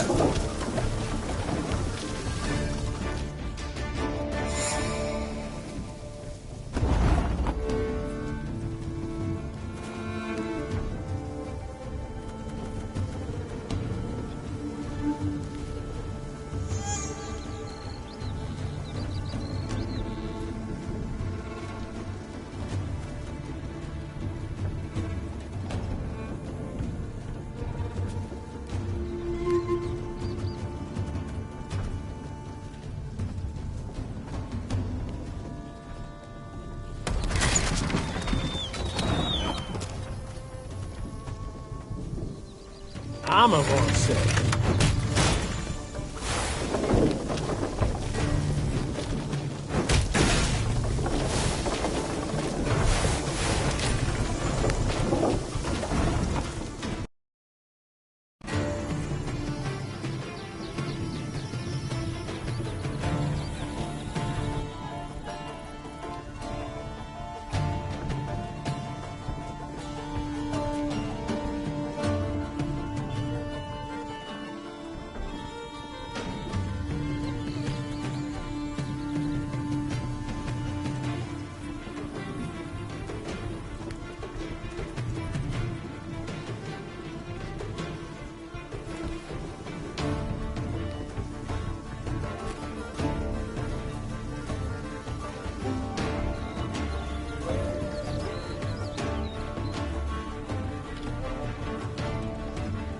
Take it anymore.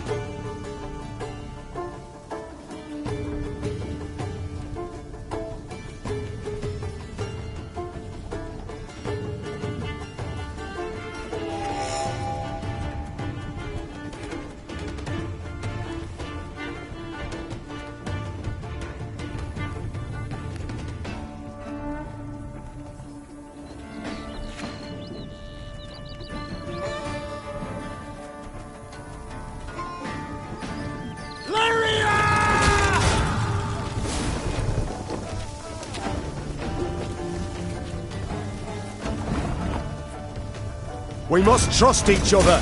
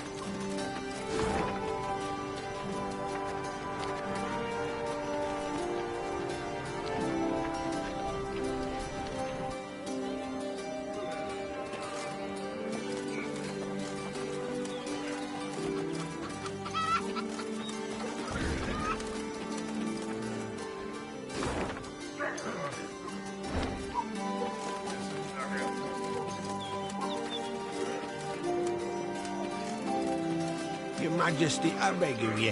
Thrash them bandits, please.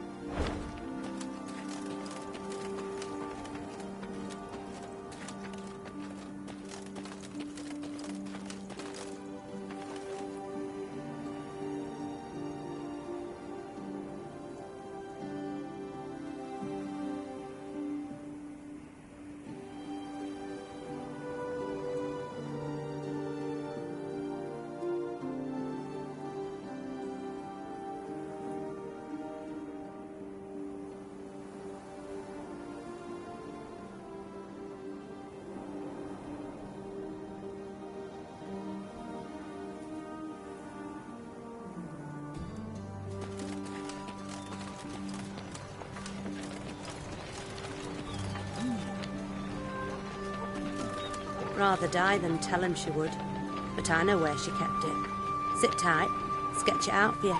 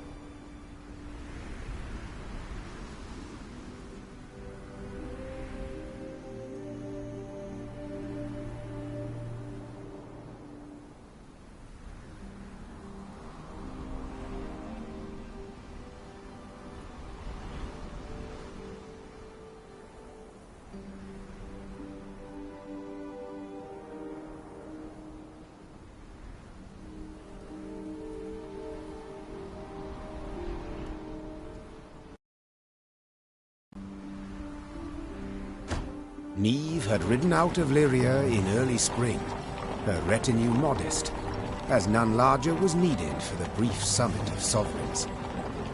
She returned now to her capital, at the head of an army that dragged behind it bandits and Nilfgaardian prisoners in chains. The whole city came out to greet her. Its traders, craftsfolk, priests. Also, her eldest son and heir, Prince Willem. A boy who, it seemed, might never be prepared to rule.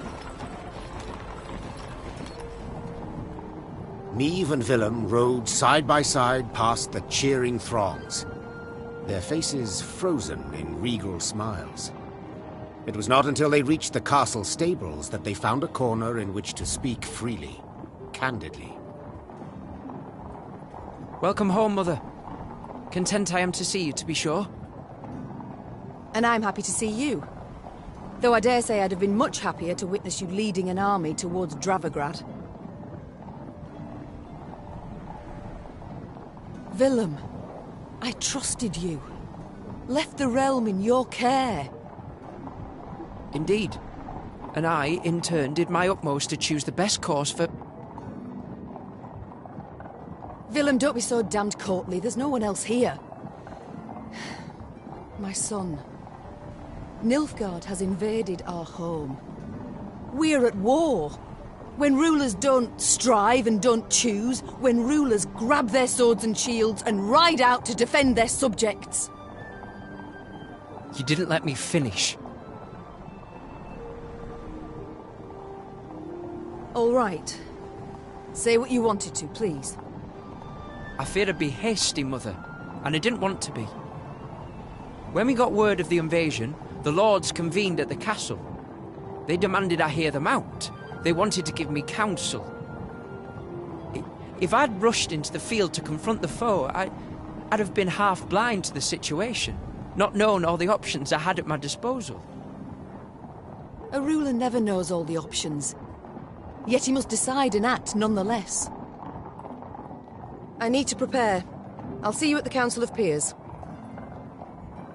And indeed she did, when the peers convened in the throne room. Surrounded by animal hides and Zerrikanian tapestries, the lords stood in tense silence, awaiting the queen. When her figure filled the doorway, they fawningly prostrated themselves. We've myriad matters to resolve, so I trust you're well rested. Whatever the case, I've no doubt we shall meet the dawn afore we're done. Firstly, we must ask assistance. Pen a letter to King Demavend. Scribe, take this down. Dear... What? Uncle? Cousin? Blast. Again. I, Niamh, by the god's grace, sovereign of Rivia and... Your Grace. Mother. The peers and I, we've come to propose another solution. Yes, out with it. We wish to acknowledge Nilfgaard's authority, pledge fealty to the Emperor. I beg your pardon. The black-clad hordes outnumber our forces manyfold, and they're far better equipped. We stand not the slightest chance against them in open... You will not lecture me about Nilfgaard's army, my son. All you know of them you garnered from coloured renderings, whereas I faced them at Dravigrad. I faced them and crushed them. But your grace, the losses! For this fleeting victory in which you delight, how many of your subjects had to perish? Bend a knee afore the Emperor, and you shall spare 1,000. Nay, never! Understood, Caldwell? Not ever! I'd hoped to persuade you, but it seems I've failed. Nonetheless, the die's been cast. We've signed the accord with Nilfgaard. Our noble lords stand with me. The blood left Niamh's face. She had realized her son, who had ever professed to detest politics and shirked his duties as crown prince, had just stabbed her in the back, as had her entire court. What is this? Treason to my eyes! The gallows is what awaits you! Willem rules Lyria now. And should you not acquiesce and approve the accord, I fear only you, milady, shall have the pleasure to meet the hangman. Don't get ahead of yourself, Caldwell. My mother will not be harmed. Not one hair on her head. Understood? Confine the Queen to the tower. You err deeply, my son. The Queen was confined to a cell. Gilded armor she had traded for a simple robe. A courtly retinue for a swarm of rats. She was the very picture of misery. At the window of her cell, gripping the bars, Niamh stood powerless, her anger so great she wept and wailed. Her...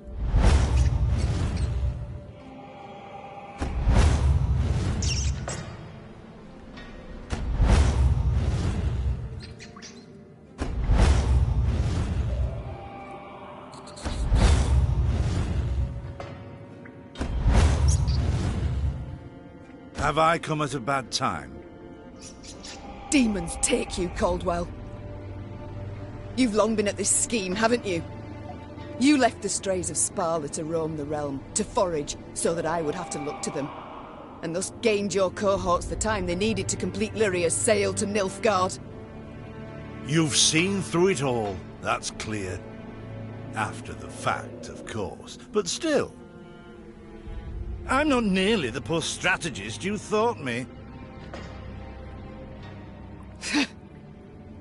Willem, you turned him. How? The boy's not fit to wear the crown. Hasn't sufficient wit nor valor. I know this. You know this. Just, he knows it not.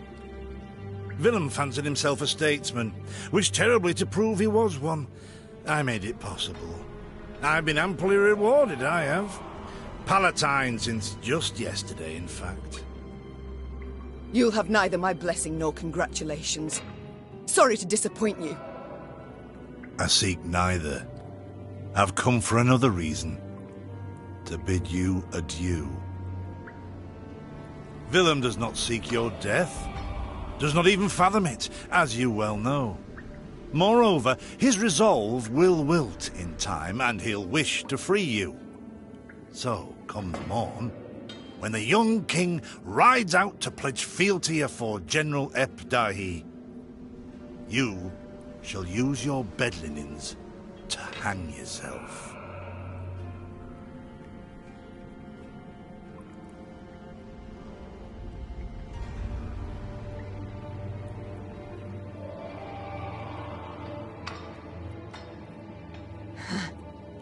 I see. You wish to see me bow afore you, lie prostrate, beg you for mercy. Plough yourself with a pike, Caldwell. And you needn't send your thugs. I'll not falter nor hesitate. I'll take my own life. Adieu, your grace. And use your last evening wisely. Niamh felt a rush of despair, yet bit her lip to mute any weeping. No, she would not give Caldwell the satisfaction. Morning arrived with the sound of footsteps in the corridor. Niamh rose from her cot and stood in the center of her cell. She was prepared for anything. Well, nearly anything. The Duke of Dogs. Titles seem senseless under the circumstances, don't you think? Let's forgo them. I'm Gascon. Has Caldwell sent you? To kill me? No and a no. Actually, you're free. How shall I put this? That cad, Count Caldwell, used yours truly and the strays as bait in a scheme aimed at kicking your shapely backside off your throne. Now, I'm hardly vindictive. First to forgive, in fact. Take your threat to send me to the gallows. Forgotten already. Yet being played for a fool, I cannot abide. So when the strays freed me, I knew what I'd do to spite the Count afore I disappeared. I'd free you. That's to say, on one condition. You've got to request it of me, my lady. Courteously.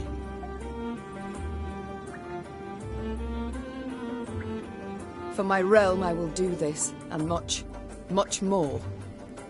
Even bow afore a brigand.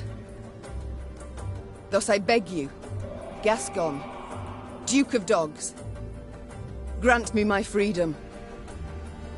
Ha! Incredible!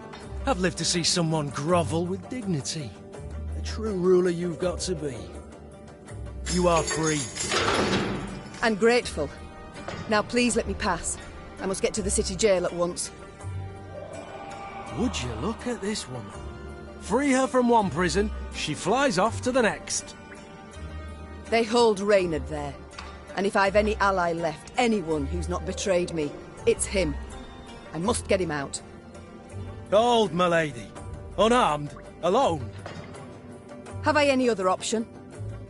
In a sense.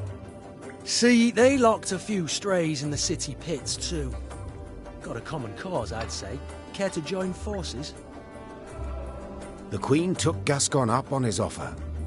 Then she, Gascon, and the strays snuck through the city to its dungeon. Reynard had not wavered for a moment in his devotion to the Queen. Never the slouch, he had also not lost any time. I've inquired among the other arrested soldiers.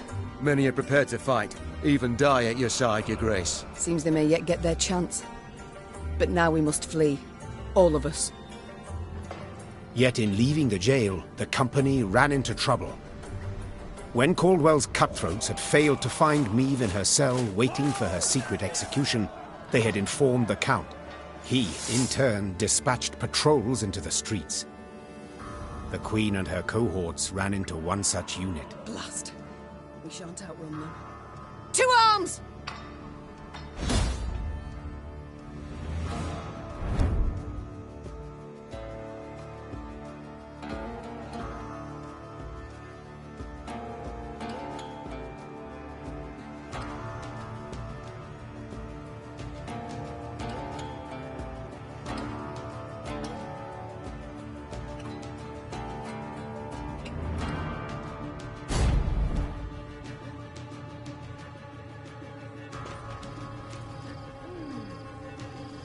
Gascon? Bloody hell, where'd he get to? Your grace, we must make haste. Caldwell's roused the whole city by now.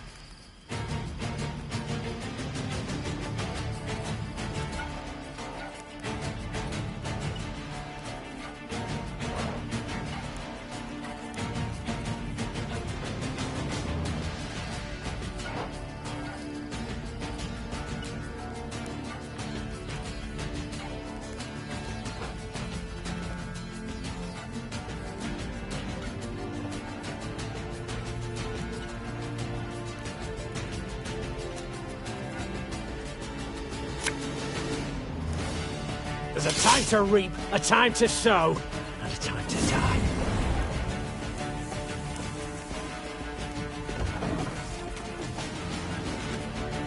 Sod it. Sod it all.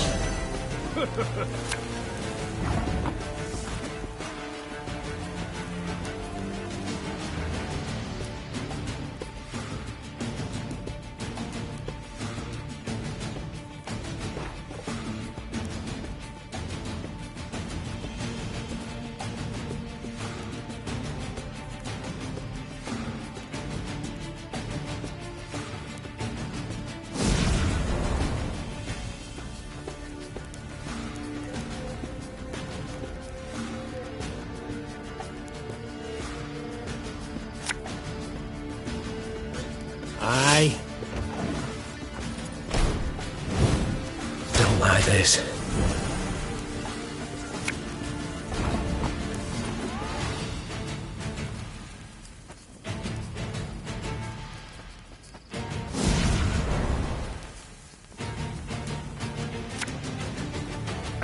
Should have listened to the old lady. Didn't think I'd leave you just like that, did you? Honestly, I did.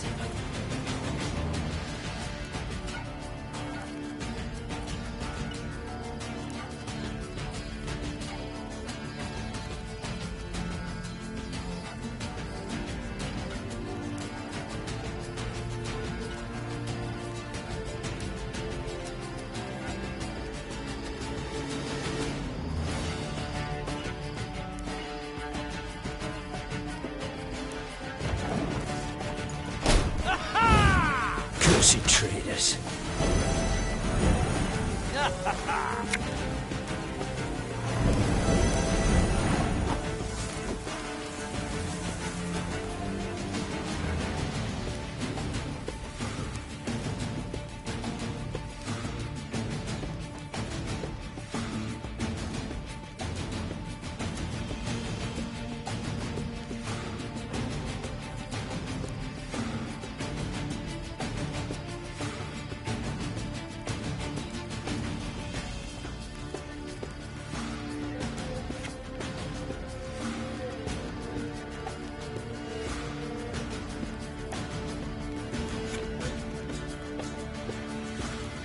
I'll relieve you of that pouch.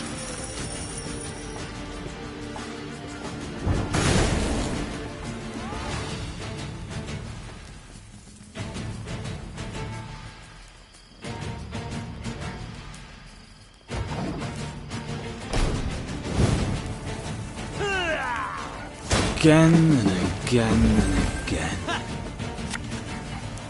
Your Grace, what guarantee do we have that they won't stab us in the back?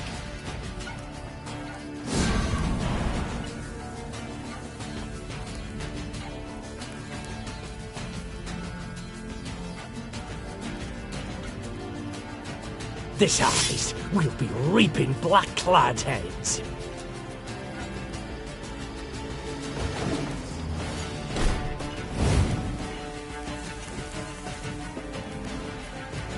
As you command. As you wish, my lady.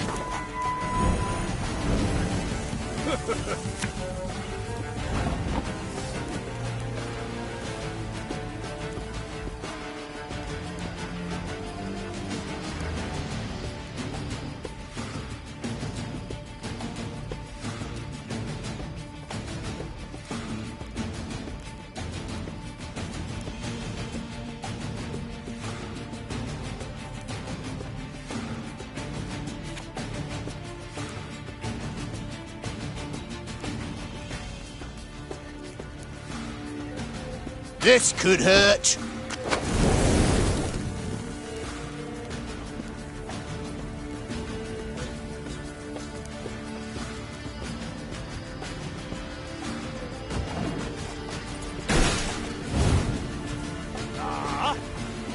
Arbalist at your command.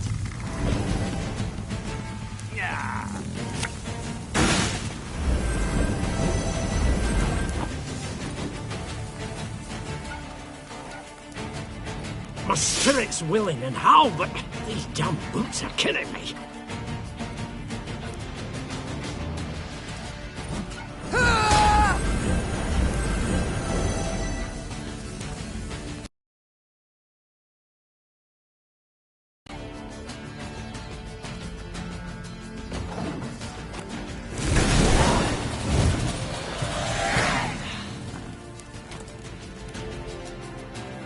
I thank you, Gascon.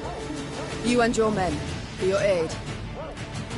'Tis nought, my lady. Strays never say no to a proper brawl. No brawl this was. Sun rising against Mother. Lyrian striking at Lyrian. I fear a blood war's begun. Come now. Seems to me the war's ended. Your realm's lost to Nilfgaard. You've no army to speak of. Then I shall assemble a new one. And with it have Caldwell hanged, and drive Nilfgaard back across the Yaruga. You're mad. How will you find the men? Riding from hamlet to hamlet, speaking from atop a crate? No. I shall find them in Edirn. I've a favour to call in with King Demavend, and I'll sway volunteers to my cause on the way. Well, you've your first willing warriors already. How so? We've nothing left in Lyria. Our hideouts are compromised, Caldwell's sure to set a price on our heads, and Nilfgaardians roam the land in numbers. Besides, I'll be right tickled to see proud Queen Maeve fighting elbow to elbow with a bandit she'd wish to hang just a half day afore. Well, it is said my foe's foe is my friend. And I'd be a fool to turn down assistance now, no matter who offers. So be it.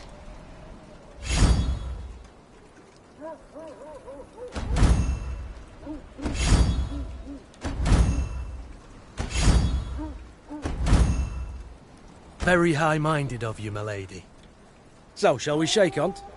Nay? Well then, the high road beckons. Though first we must escape the city with our lives. Follow me.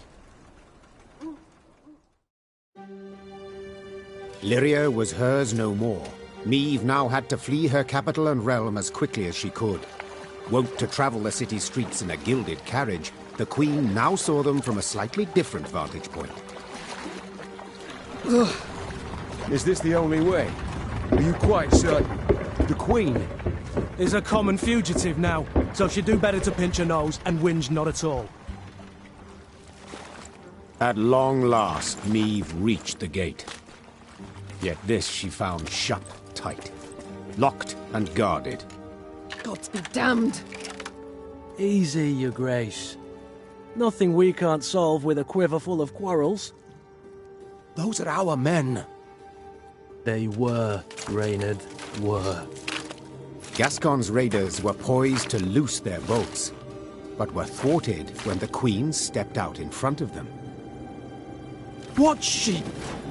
Your Majesty? I've orders to arrest your grace.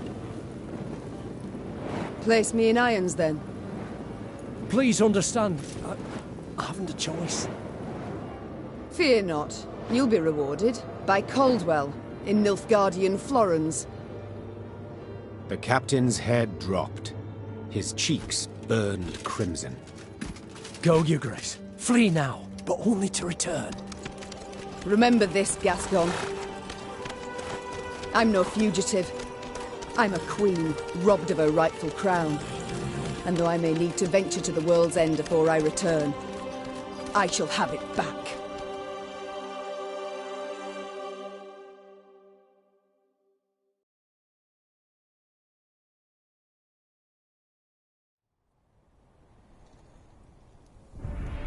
Having fled Lyria, Queen Meve ventured into Ende, her old friend Reynard and new ally Gascon at her side.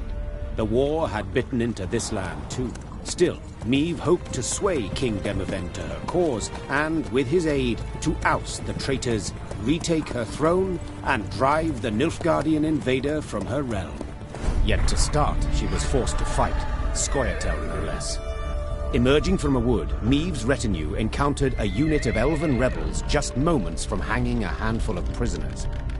Among the latter, the Queen spotted a woman, a proud warrior with a striking, thick black braid. The lass I believe I know.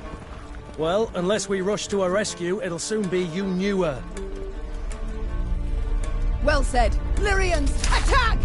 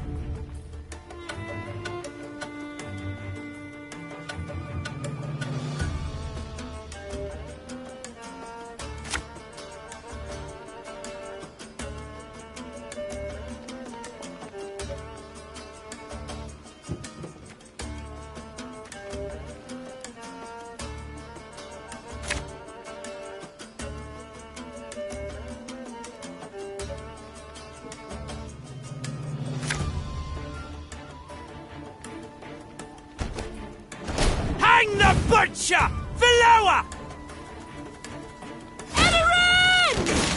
She can't breathe, your grace. We must rush to her aid.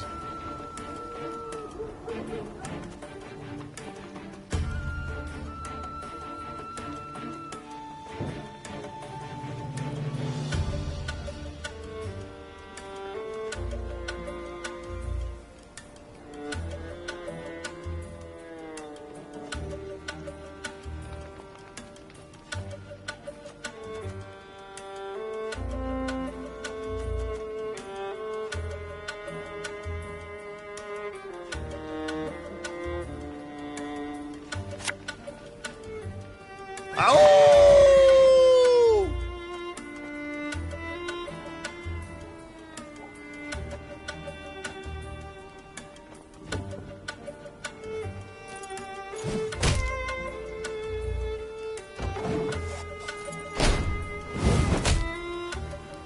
Nay, Duande camest.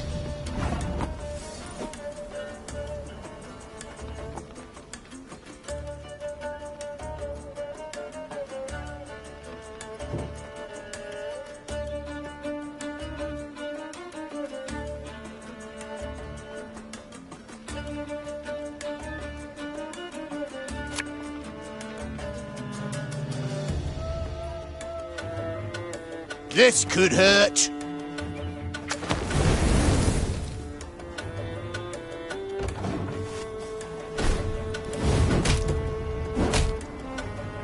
Admiral and ship. Free the warrior!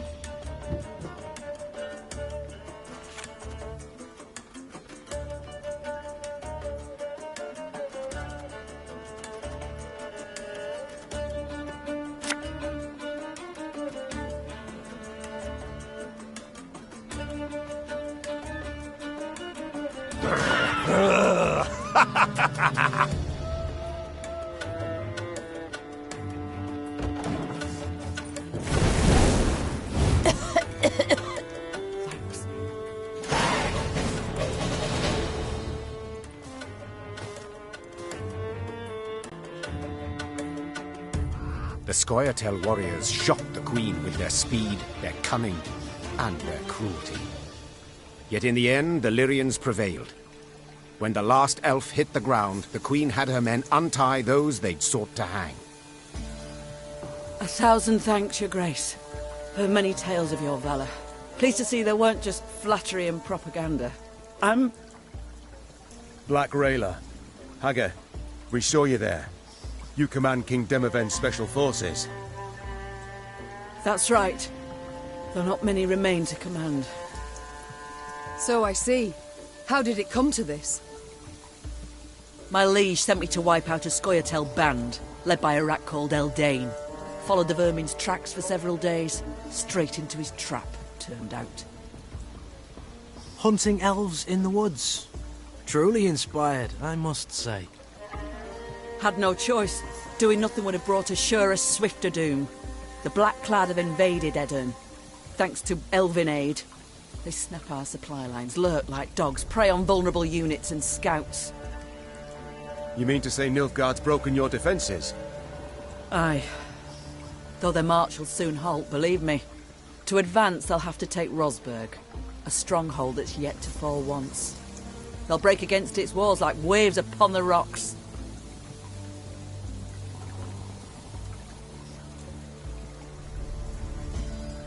While Edirn stands, the north is not yet lost. I'll convey your grace's words to the king at the first occasion. I'd rather hope to convey them myself. I have come to Edirn seeking aid. I wish to ask Demavend for support. The king is in Rosberg, overseeing siege preparations. I'm heading that way too to report on our skirmish with the Teil. I might serve as your guide. These lands I know better than any. Excellent. Guide on.